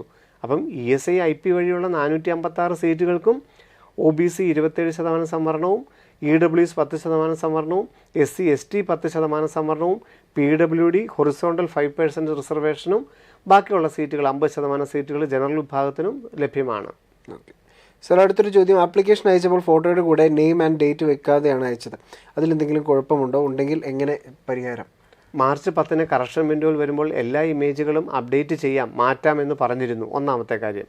രണ്ടാമത്തത് പേരും ഡേറ്റും എന്ന് പറയുന്നത് പ്രിഫറബിളി ആണ്, യാതൊരു അടിസ്ഥാനവുമില്ല. പുതിയ ഫോട്ടോ ആയിരിക്കണം എന്നുള്ളതും മാത്രമേ ഉള്ളൂ. അതുകൊണ്ട് വൈറ്റ് ബാക്ക്ഗ്രൗണ്ടുള്ള നല്ല ക്ലാരിറ്റിയുള്ള ഫോട്ടോ ആണെങ്കിൽ മാറ്റാതിരിക്കുന്നതാണ് ഉചിതം. ഓക്കെ സാർ, അടുത്തൊരു ചോദ്യം. ആപ്ലിക്കേഷൻ സബ്മിറ്റ് ചെയ്തു, കൺഫർമേഷൻ പേജ് ഡൗൺലോഡ് ചെയ്തു, ബട്ട് ആപ്ലിക്കേഷൻ സബ്മിറ്റഡ് എന്നോ മെസ്സേജോ ഒന്നും വന്നില്ല. Any problem? പലരും ചോദിക്കുന്ന ചോദ്യങ്ങളാണ്. നമ്മൾ പേയ്മെൻറ്റ് അടച്ചു, കൺഫർമേഷൻ പേജ്, അതായത് ആപ്ലിക്കേഷൻ ഫോം PDF ആയിട്ട് നമ്മൾ പ്രിൻ്റ് ഔട്ട് എടുക്കുകയും ചെയ്തു. എന്നാൽ ഇമെയിലിൽ ആപ്ലിക്കേഷൻ കൺഫേംഡ് എന്നോ ആപ്ലിക്കേഷൻ സക്സസ്ഫുള്ളി കംപ്ലീറ്റഡ് എന്നുള്ള മെസ്സേജ് വരികയൊന്നും ചെയ്തിട്ടില്ല. ഇതെന്തെങ്കിലും കുഴപ്പമുണ്ടോ എന്ന് എല്ലാവരും ചോദിക്കുന്നതാണ്. യാതൊരു പ്രോബ്ലവുമില്ല. പേയ്മെൻറ്റ് അടച്ച് ആപ്ലിക്കേഷൻ ഫോം നമുക്ക് പ്രിൻ്റ് ഔട്ട് എടുക്കാൻ സാധിച്ചാൽ, കൺഫർമേഷൻ പേജ് പ്രിൻ്റ് ഔട്ട് എടുക്കാൻ സാധിച്ചാൽ നമ്മുടെ ആപ്ലിക്കേഷൻ കംപ്ലീറ്റ് സക്സസ്ഫുള്ളി ആണ്. എല്ലാവർക്കും ഇമെയിൽ വരികയില്ല, യാതൊരു മെസ്സേജും പ്രത്യേകിച്ച് വരാനുമില്ല. അതുകൊണ്ട് പേയ്മെൻറ്റ് സക്സസ്ഫുള്ളി ആവുകയും കൺഫർമേഷൻ പേജ് കിട്ടുകയും ചെയ്താൽ ആപ്ലിക്കേഷൻ അവിടെ നിർത്താം. NEET 2024 നിങ്ങൾ സക്സസ്ഫുള്ളി ആയിട്ട് ആപ്ലിക്കേഷൻ കംപ്ലീറ്റ് ചെയ്ത് കഴിഞ്ഞു. എന്നാൽ പേയ്മെൻറ്റ് അക്കൗണ്ടിൽ നിന്ന് പോവുകയും ആപ്ലിക്കേഷൻ ഫോം ഡൗൺലോഡ് ചെയ്ത് എടുക്കാൻ സാധിച്ചുമില്ല എന്നുണ്ടെങ്കിൽ നിങ്ങൾ പേയ്മെൻറ്റ് വീണ്ടും ചെയ്യേണ്ടതായി വരും. സാർ, അടുത്തൊരു ചോദ്യം. സാർ, സെൽഫ് ഫിനാൻസിങ് കോളേജിൽ അഡ്മിഷൻ എടുത്തു കഴിഞ്ഞാൽ BPL ആയിട്ടുള്ളവർക്ക് ഫീസ് റിട്ടേൺ ചെയ്യുമെന്ന് ഒരു വീഡിയോ കണ്ടു. ഇത് ശരിയാണോ? 2020 വരെ BPL സ്റ്റുഡൻസിന് ഫീസ് കൺസെഷൻ ഉണ്ടായിരുന്നു. അതായത് ബാക്കിയുള്ള വിഭാഗത്തിനെല്ലാം നമുക്ക് അപേക്ഷിക്കുന്ന സമയത്ത് തന്നെ അർഹത കിട്ടുമെങ്കിലും BPL വിഭാഗത്തിന് അഡ്മിഷൻ എടുത്ത് 1 വർഷത്തെ പഠനത്തിന് ശേഷം അർഹരായവരെ കണ്ടെത്തുകയും അവരെ ഗവൺമെൻറ് ഫീസിലോട്ട് മാറ്റുകയും ചെയ്യുന്ന രീതിയാണ് പതിവ്. നമ്മൾ BPL ആണെങ്കിൽ പോലും നമുക്ക് ഗവൺമെൻറ് ഫീസിൽ പഠിക്കാൻ പറ്റുമെന്നുള്ള ഉറപ്പില്ലായിരുന്നു. ഇനി ആ റിസർവേഷൻ, ആ BPL സ്കോളർഷിപ്പ് കിട്ടിയില്ല എന്നുണ്ടെങ്കിൽ തുടർ പഠനം വലിയ ഭീമമായ ചെലവ് വരുത്തി വെക്കുകയും ചെയ്യുമായിരുന്നു. 2020 ഇത് നിർത്തലാക്കുകയും ഹൈക്കോടതിയുടെ പരിഗണനയ്ക്കിരിക്കുകയും ചെയ്യുന്ന വിഷയമാണിത്. 2021, 22, 23, 24 BPL സ്കോളർഷിപ്പ് സിസ്റ്റം നിലവിലുണ്ടായിരിക്കുകയില്ല. സാർ, അടുത്തൊരു ചോദ്യം. കാൻഡിഡേറ്റ് മാഹി പുതുച്ചേരിയിലാണ്, പിതാവ് കേരളത്തിലും. നീറ്റിന് അപേക്ഷിച്ചപ്പോൾ എക്സാം സെൻറ്റർ കണ്ണൂരും കാലിക്കട്ടുമാണ് വെച്ചത്. മാഹിയിൽ എക്സാം സെൻറ്റർ വരികയാണെങ്കിൽ സെൻറ്റർ മാഹിയിലേക്ക് മാറ്റാൻ പറ്റുമോ? തീർച്ചയായിട്ടും. എക്സാം സെൻറ്റർ ഇപ്പോൾ പുതിയതായിട്ട് അനുവദിച്ചിട്ടില്ല.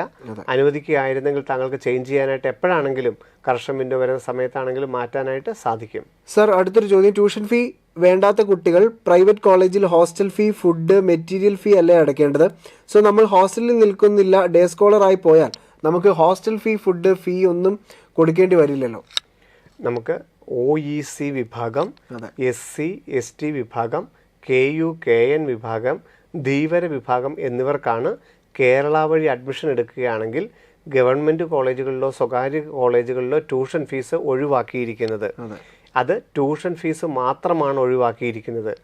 ഈ ട്യൂഷൻ ഫീസ് 7.5 ലക്ഷം കൊടുക്കുന്ന വിദ്യാർത്ഥികളെല്ലാവരും അവിടെ അഡീഷണലായിട്ട് 1.5 ലക്ഷം മുതൽ 2.5 ലക്ഷം വരെ ഫീസുകൾ എല്ലാ കോളേജുകളിൽ നിന്നും മേടിക്കാറുണ്ട്.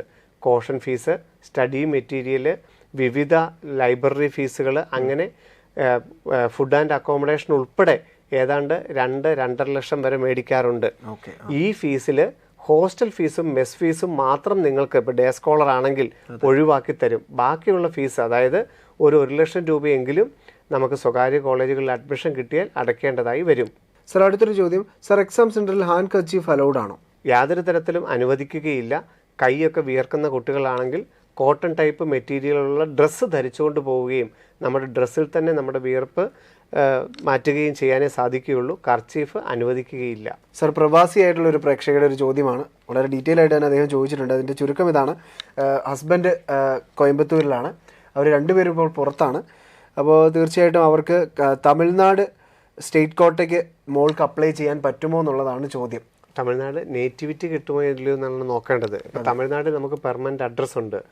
അതുപോലെ തന്നെ നമ്മുടെ ആധാറും റേഷൻ കാർഡും ഒക്കെ, കാൻഡിഡേറ്റിൻ്റെ റേഷൻ കാർഡും ആധാറും ഒക്കെ തമിഴ്നാടാണെങ്കിൽ ഉറപ്പായിട്ടും തമിഴ്നാട് നേറ്റിവിറ്റി കിട്ടുകയും തമിഴ്നാട്ടിലെ ഗവൺമെൻറ് കോട്ടയ്ക്ക്, സ്റ്റേറ്റ് കോട്ടയ്ക്ക് അപ്ലൈ ചെയ്യുകയും ചെയ്യാം. ഇപ്പോൾ വിദേശത്താണെന്നുള്ളത് യാതൊരു പ്രതിബന്ധവുമല്ല. സർ, ജാസ്മിൻ എന്ന് പറയുന്നൊരു പ്രേക്ഷകരുടെ ചോദ്യമാണ്. സെൻറ് ജോൺസിൽ സർവീസ് ബോണ്ട് ഉണ്ടോ? തീർച്ചയായിട്ടും 4.5 വർഷത്തെ MBBS പഠനവും 1 വർഷത്തെ ഹൗസ് സർവൻസിന് ശേഷം 2 വർഷം നിർബന്ധമായും സെൻറ് ജോൺസ് മെഡിക്കൽ കോളേജിൽ സേവനം അനുഷ്ഠിച്ചിരിക്കണം. സർ, BAMS, BFAM എന്നിവയ്ക്ക് ഫിഷർമാൻ്റെ മക്കൾക്ക് ട്യൂഷൻ ഫീ അടയ്ക്കേണ്ടി വരുമോ? രജിസ്ട്രേഡ് ഫിഷർമാൻ എന്നുള്ള സർട്ടിഫിക്കറ്റാണ് അപ്ലോഡ് ചെയ്യുന്നുണ്ടെങ്കിൽ നമ്മളിപ്പോൾ OEC വിഭാഗം എന്നൊക്കെ പറയുന്നത് പോലെ യാതൊരുവിധ ട്യൂഷൻ ഫീസും ഉണ്ടായിരിക്കുകയില്ല. സർ, അടുത്തൊരു ചോദ്യം. ഫോട്ടോ ID ഡ്രൈവിംഗ് ലൈസൻസ് കൊടുക്കാമോ? അപ്ലൈ ചെയ്യുമ്പോഴും അത് തന്നെ മതിയോ? തീർച്ചയായിട്ടും നമുക്ക് രജിസ്ട്രേഷൻ വിൻഡോയുടെ അകത്തോട്ട് കയറി കഴിഞ്ഞാൽ യൂണിക് IDക്ക് വേണ്ടിയിട്ട് ഒരിക്കലും ലൈസൻസ് നമ്പർ ചോദിക്കുന്നില്ല. എന്നാൽ ഫോട്ടോ വാലിഡ് ID പ്രൂഫിന് അപേക്ഷിക്കുന്ന സമയത്തും പരീക്ഷാ ഹാളിലും ഡ്രൈവിംഗ് ലൈസൻസ്, പാൻ കാർഡ്, അതുപോലെ തന്നെ voters ID, Aadhaar card, enrolment form, Aadhaar എന്നിവ ഉപയോഗിക്കാം. സർ, അടുത്തൊരു ചോദ്യം. സ്റ്റേറ്റ് ലെവൽ യൂസ് ചെയ്യുന്ന EWS സർട്ടിഫിക്കറ്റ് എങ്ങനെയാണ് റിന്യൂ ചെയ്യുക? നമുക്ക് 2022-23 സാമ്പത്തിക വർഷത്തെ വില്ലേജ് ഓഫീസിൽ നിന്നുള്ള EWS സർട്ടിഫിക്കറ്റ് കേരള കീമിന് ആപ്ലിക്കേഷൻ വിളിച്ചു കഴിയുമ്പോൾ അതിൻ്റെ ഫോർമാറ്റ് ലഭ്യമാവുകയും ആ ഫോർമാറ്റ് വില്ലേജ് ഓഫീസിൽ കൊണ്ടുപോയി അതിനകത്ത് തന്നെ സൈൻ ചെയ്ത് മേടിക്കുകയും ചെയ്താൽ മതിയാകും. സർ, അടുത്തൊരു ചോദ്യം. സർ, നീറ്റിന് പുറമെ കേരളത്തിൽ കീം ഉള്ളതുപോലെ പുതുച്ചേരി സ്റ്റേറ്റിൽ നീറ്റ് അല്ലാതെ മറ്റെന്തെങ്കിലും ഉണ്ടോ? നമുക്കിപ്പം സ്റ്റേറ്റ് കോട്ടയിൽ അഡ്മിഷൻ എടുക്കണമെങ്കിൽ അതാത് സ്റ്റേറ്റുകളിൽ അപ്ലൈ ചെയ്യണമെന്നുള്ള നിബന്ധനയുണ്ട്. കേരള എൻട്രൻസ് കമ്മീഷന്റെ വെബ്സൈറ്റിൽ കീമിന് അപ്ലൈ ചെയ്യുന്നത് പോലെ തന്നെ കർണാടകത്തിൽ എലിജിബിലിറ്റി ഉള്ളവർക്ക് കർണാടക എൻട്രൻസ് കമ്മീഷന്റെ വെബ്സൈറ്റിൽ ഇപ്പോൾ CET വിളിച്ചതുപോലെ തന്നെ പോണ്ടിച്ചേരിയിൽ സെൻറ്റാക്ക്, CENTSC, സെൻറ്റാക്ക് എന്ന് പറയുന്ന ഓൺലൈൻ ആപ്ലിക്കേഷൻ ഉണ്ട് അവിടുത്തെ സ്റ്റേറ്റ് കോട്ട എലിജിബിലിറ്റിക്ക് വേണ്ടി. സർ, ഷബ്ന സലീം എന്ന് പറയുന്ന പ്രേക്ഷകരുടെ ചോദ്യമാണ്. സർ, മകളുടെ പേരിലെ ഇനീഷ്യൽ SSLC പരീക്ഷയ്ക്ക് മുൻപ് തന്നെ ബർത്ത് സർട്ടിഫിക്കറ്റിലും ആധാർ കാർഡിലും തിരുത്തി പുതിയത് എടുത്തിരുന്നു. പക്ഷേ നീറ്റ് രജിസ്ട്രേഷൻ സമയത്ത് ആധാർ നമ്പർ കൊടുത്തപ്പോൾ മകളുടെ പഴയ പേരാണ് ആദ്യം വന്നത്. ഇത് നീറ്റ് എക്സാം സമയത്ത് പ്രശ്നമാകുമോ? സ്പെല്ലിംഗ് മിസ്റ്റേക്ക് ഉണ്ടെങ്കിൽ ഇപ്പോൾ ഇനിഷ്യലിൻ്റെ പൊസിഷനൊന്നും യാതൊരു തരത്തിലും ക്യാരക്ടറായിട്ട് റീഡ് ചെയ്യുകയില്ല. സ്പെല്ലിംഗ് മിസ്റ്റേക്ക് ഉണ്ടെങ്കിൽ ഇപ്പോൾ ആധാർ നമ്മൾ കൊടുത്തു, യൂണിക് ID ആയിട്ട് കൊടുത്ത് നമ്മൾ അകത്ത് കയറിയപ്പം ആധാറിലെ പോലെ പേര് വന്നു. അത് നമുക്ക് 10ാം ക്ലാസ്സിൻ്റെയോ 12ാം ക്ലാസ്സിൻ്റെ പേര് പോലെ നമുക്ക് തന്നെ മാറ്റി ടൈപ്പ് ചെയ്യാനുള്ള അവകാശമുണ്ട്. അതുകൊണ്ട് നമുക്ക് 10th +2 പോലെ തന്നെ നമ്മുടെ പേര് ടൈപ്പ് ചെയ്തുകൊണ്ട് നമുക്ക് ആപ്ലിക്കേഷൻ മുമ്പോട്ട് കൊണ്ടുപോവുകയും മെയ് 5-ാം തീയതിക്ക് മുമ്പ് ആധാർ അപ്ഡേറ്റ് ചെയ്യുകയോ അല്ലെങ്കിൽ +2 ഹോൾ ടിക്കറ്റ് വെച്ച് പരീക്ഷ എഴുതുകയോ ചെയ്യാം. Sir, OBC category self finance cut off mark എത്രയായിരിക്കും? സർ, OBC നമുക്കറിയാം കേരളത്തിൽ 19 സെൽഫ് ഫിനാൻസിങ് കോളേജുകളിൽ OBC എന്ന് പറഞ്ഞുകൊണ്ടല്ല സംവരണം. വില്ലേജ് ഓഫീസിൽ നിന്ന് നോൺ ക്രിമിനൽ സർട്ടിഫിക്കറ്റ് ലഭിക്കുന്നവർക്ക് ഈഴവർക്ക് Ezhava, Muslim, Vishwakarma, Dheevara, backward Hindu, backward Christian, Latin Catholics, Vishwakarma എന്നിങ്ങനെ ഓരോ കാറ്റഗറി റിസർവേഷനാണ്. അതിൽ ഇദ്ദേഹം ഏത് കാറ്റഗറി ആണെന്ന് പറയാത്തത് കൊണ്ട് ഈഴവ വിഭാഗമാണെങ്കിലും ഏതാണ്ട് നോർമൽ നമുക്കൊരു 500 മാർക്കൊക്കെ കട്ട് ഓഫ് ആയിട്ട് കരുതാവുന്നതാണ്. സർ, കേരളത്തിൽ കോളേജ് കിട്ടാൻ കീമിന് അപ്ലൈ ചെയ്യേണ്ട ആവശ്യമുണ്ടോ? 100%. ഇപ്പം നീറ്റ് 2024 ഓൺലൈനായിട്ട് അപ്ലൈ ചെയ്തിരിക്കുന്ന മുഴുവൻ മലയാളികളും, മുഴുവൻ കേരളൈറ്റ്സും കേരള എൻട്രൻസ് കമ്മീഷന്റെ വെബ്സൈറ്റിൽ ce.kerala.gov.in എന്ന വെബ്സൈറ്റിൽ മാർച്ച് മാസത്തിൽ കീം 2024 അപേക്ഷിച്ചെങ്കിൽ മാത്രമേ കേരളത്തിലെ മെഡിക്കൽ കോളേജുകളിൽ MBBS, BDS, മറ്റുള്ള കോളേജിൽ അഗ്രികൾച്ചർ, വെറ്റിനറി, ആയുർവേദം, ഹോമിയോ എന്നീ കോഴ്സുകൾക്ക് പ്രവേശനം ലഭിക്കുകയുള്ളൂ. അപേക്ഷിച്ചാൽ മാത്രം മതി. യാതൊരുവിധ പ്രവേശന പരീക്ഷയും കേരളത്തിൽ എഴുതേണ്ടതായിട്ടില്ല. നീറ്റാണ് പ്രവേശന പരീക്ഷ എഴുതേണ്ടത് മെഡിക്കൽ അഡ്മിഷന് വേണ്ടി. കേരളത്തിൽ എഞ്ചിനീയറിംഗിന് അപേക്ഷിക്കുന്നവർ മാത്രം പ്രവേശന പരീക്ഷ എഴുതിയാൽ മതിയാകും. സാർ MBBS ഫിഷർമാൻ ഗ്രാൻഡ് ഉണ്ടോ? രജിസ്റ്റേർഡ് ഫിഷർമാൻ എന്ന് പറയുന്ന സർട്ടിഫിക്കറ്റ് അപ്ലോഡ് ചെയ്യുന്നവർക്ക് ഫീസ് ഗ്രാൻഡ് അനുവദിക്കും. സാർ, അടുത്തൊരു ചോദ്യം. എൻ്റെ മകൾ 1 മുതൽ 10 വരെ മഹാരാഷ്ട്രയിൽ പഠിച്ചു. മകൾ ജനിച്ചത് കേരളത്തിലാണ്. +1 +2 ക്ലാസ്സുകൾ പഠിച്ചതും കേരളത്തിലാണെന്നായിരിക്കണം ഉദ്ദേശിച്ചിരിക്കുന്നത്. കൃത്യമായിട്ട് മെൻഷൻ ചെയ്തിട്ടില്ല. 2 സംസ്ഥാനത്ത് ഡൊമിസിൽ ക്ലെയിം ചെയ്യാൻ പറ്റുമോ? തീർച്ചയായിട്ടും. നമുക്കിവിടെ either parents or students born in Kerala, ആരെങ്കിലും ഒരാൾ കേരളത്തിൽ ജനിച്ചാൽ കേരളത്തിലെ നേറ്റിവിറ്റി കിട്ടും. വിദ്യാഭ്യാസം ചെയ്തത് മഹാരാഷ്ട്രയിലായതുകൊണ്ട് തീർച്ചയായിട്ടും അവിടുത്തെ ഡൊമിസിൽ വെച്ചിട്ട് അവിടെ നമുക്ക് സ്റ്റേറ്റ് കോട്ടയ്ക്ക് അപേക്ഷിക്കാവുന്നതേ ഉള്ളൂ. ഓക്കെ സാർ, അതുപോലെ സാർ, എൻ്റെ മോൾ നീറ്റിന് 3rd അറ്റംപ്റ്റ് ആണ്. ആപ്ലിക്കേഷൻ കൊടുത്തപ്പോൾ 2 എന്നാണ് കൊടുത്തിരിക്കുന്നത്. ഇത് തിരുത്തേണ്ടി വരുമോ? 2 എന്ന് പറയുന്നത് basic qualification +2, +1, +2 physics, chemistry, biology, English 2 വർഷം റെഗുലർ ബാച്ചിൽ പഠിക്കുകയും 50% മാർക്കോടുകൂടി ക്വാളിഫൈ ചെയ്തിരിക്കുകയും ചെയ്തു എന്നുള്ളതാണ് 2ന്റെ മീനിങ്. അത് എത്രാമത്തെ വർഷം നീറ്റ് എഴുതി കഴിഞ്ഞാലും ബേസിക് ക്വാളിഫിക്കേഷൻ +2ന് physics, chemistry, biology, English main വിഷയമായിട്ട് എടുത്ത് പഠിച്ചുവെന്നും 50% മാർക്കോടുകൂടി സ്റ്റേറ്റ് യൂണിവേഴ്സിറ്റികളിലോ സെൻട്രൽ യൂണിവേഴ്സിറ്റികളിലോ പഠിച്ചു വിജയിച്ചു എന്നുള്ളത് മാത്രമേ അർത്ഥമാക്കുന്നുള്ളൂ. 2 തന്നെയാണ് കോഡ് കൊടുക്കേണ്ടത്. അപ്പോൾ നീറ്റ് 2024 ആപ്ലിക്കേഷൻ വിളിച്ചതുമായി ബന്ധപ്പെട്ട നിരവധി സംശയങ്ങളാണ് വിദ്യാർത്ഥികൾക്കും മാതാപിതാക്കൾക്കും ഒക്കെ ഉള്ളത്. ശരിക്കും പറഞ്ഞു കഴിഞ്ഞാൽ നമ്മുടെ കമന്റുകളിലേക്ക് മുഴുവനായും നമുക്ക് എത്താൻ സാധിച്ചിട്ടില്ല. കാരണം നമ്മുടെ 2 വീഡിയോയുടെ മാത്രമേ നമുക്ക് കമന്റ് ഉൾപ്പെടുത്താൻ സാധിച്ചുള്ളൂ. നമ്മുടെ ലൈവ് സെക്ഷനുകളിൽ ധാരാളം കമന്റുകൾ വന്നിട്ടുണ്ട്. അതിന് മറ്റൊരു ലൈവ് സെഷൻ തന്നെ നമ്മൾ അറേഞ്ച് ചെയ്യുന്നതാണ്. അപ്പം തീർച്ചയായിട്ടും നമ്മുടെ പ്രേക്ഷകരുടെ സംശയങ്ങളിലേക്കെല്ലാം തന്നെ കൃത്യമായ ഉത്തരവുമായി ശിവൻ സാർ എത്തുന്നതായിരിക്കും. അപ്പോൾ ഇന്ന് തന്നെയാണെങ്കിൽ നമ്മൾ ഭൂരിഭാഗം പ്രേക്ഷകരുടെയും കമൻറ്റുകൾക്ക് തന്നെ മറുപടി നമ്മൾ കൊടുത്തിട്ടുണ്ട്. അപ്പോൾ അതെല്ലാം വളരെ കൃത്യമായി തന്നെ ശിവൻ സാറ് തയ്യാറെടുത്തുകൊണ്ട് തന്നെയാണ് നിങ്ങളുടെ മുന്നിലേക്ക് വരുന്നതും. അപ്പോൾ ഇനിയും നിങ്ങൾക്ക് നിരവധി സംശയങ്ങളുണ്ടാകും. തീർച്ചയായിട്ടും വരുന്ന ശിവൻ സാറിനൊപ്പം പോലത്തെ പ്രോഗ്രാമുകളിലും. അപ്പോൾ ഇന്നത്തെ എപ്പിസോഡിൻ്റെ കമൻറ്റ് ബോക്സിൽ നിങ്ങളുടെ സംശയങ്ങൾ നിങ്ങൾ കൃത്യമായും രേഖപ്പെടുത്തുക. അതിന് ഏറ്റവും ആധികാരികമായ ഉത്തരങ്ങളുമായി ശിവൻ സാർ അടുത്ത വാരം വീണ്ടും എത്തുന്നതായിരിക്കും. അപ്പോൾ ഇന്ന് ഞങ്ങളെ കേട്ടുകൊണ്ടിരുന്ന എല്ലാ പ്രേക്ഷകർക്കും ഹൃദയം നിറഞ്ഞ നന്ദി. എൻട്രൻസ് സംബന്ധമായ വാർത്തകളും അപ്ഡേഷനുകളും ഏറ്റവും വേഗം ആധികാരികമായി അറിയാൻ ബ്രില്യൻറ്റ് സ്റ്റഡി സെന്റർ പാല യൂട്യൂബ് ചാനൽ സബ്സ്ക്രൈബ് ചെയ്യുക. ബെൽ ഐക്കൺ അമർത്തുക. ഈ വീഡിയോ മറ്റ് സുഹൃത്തുക്കളിലേക്കും ഷെയർ ചെയ്ത് നൽകുക.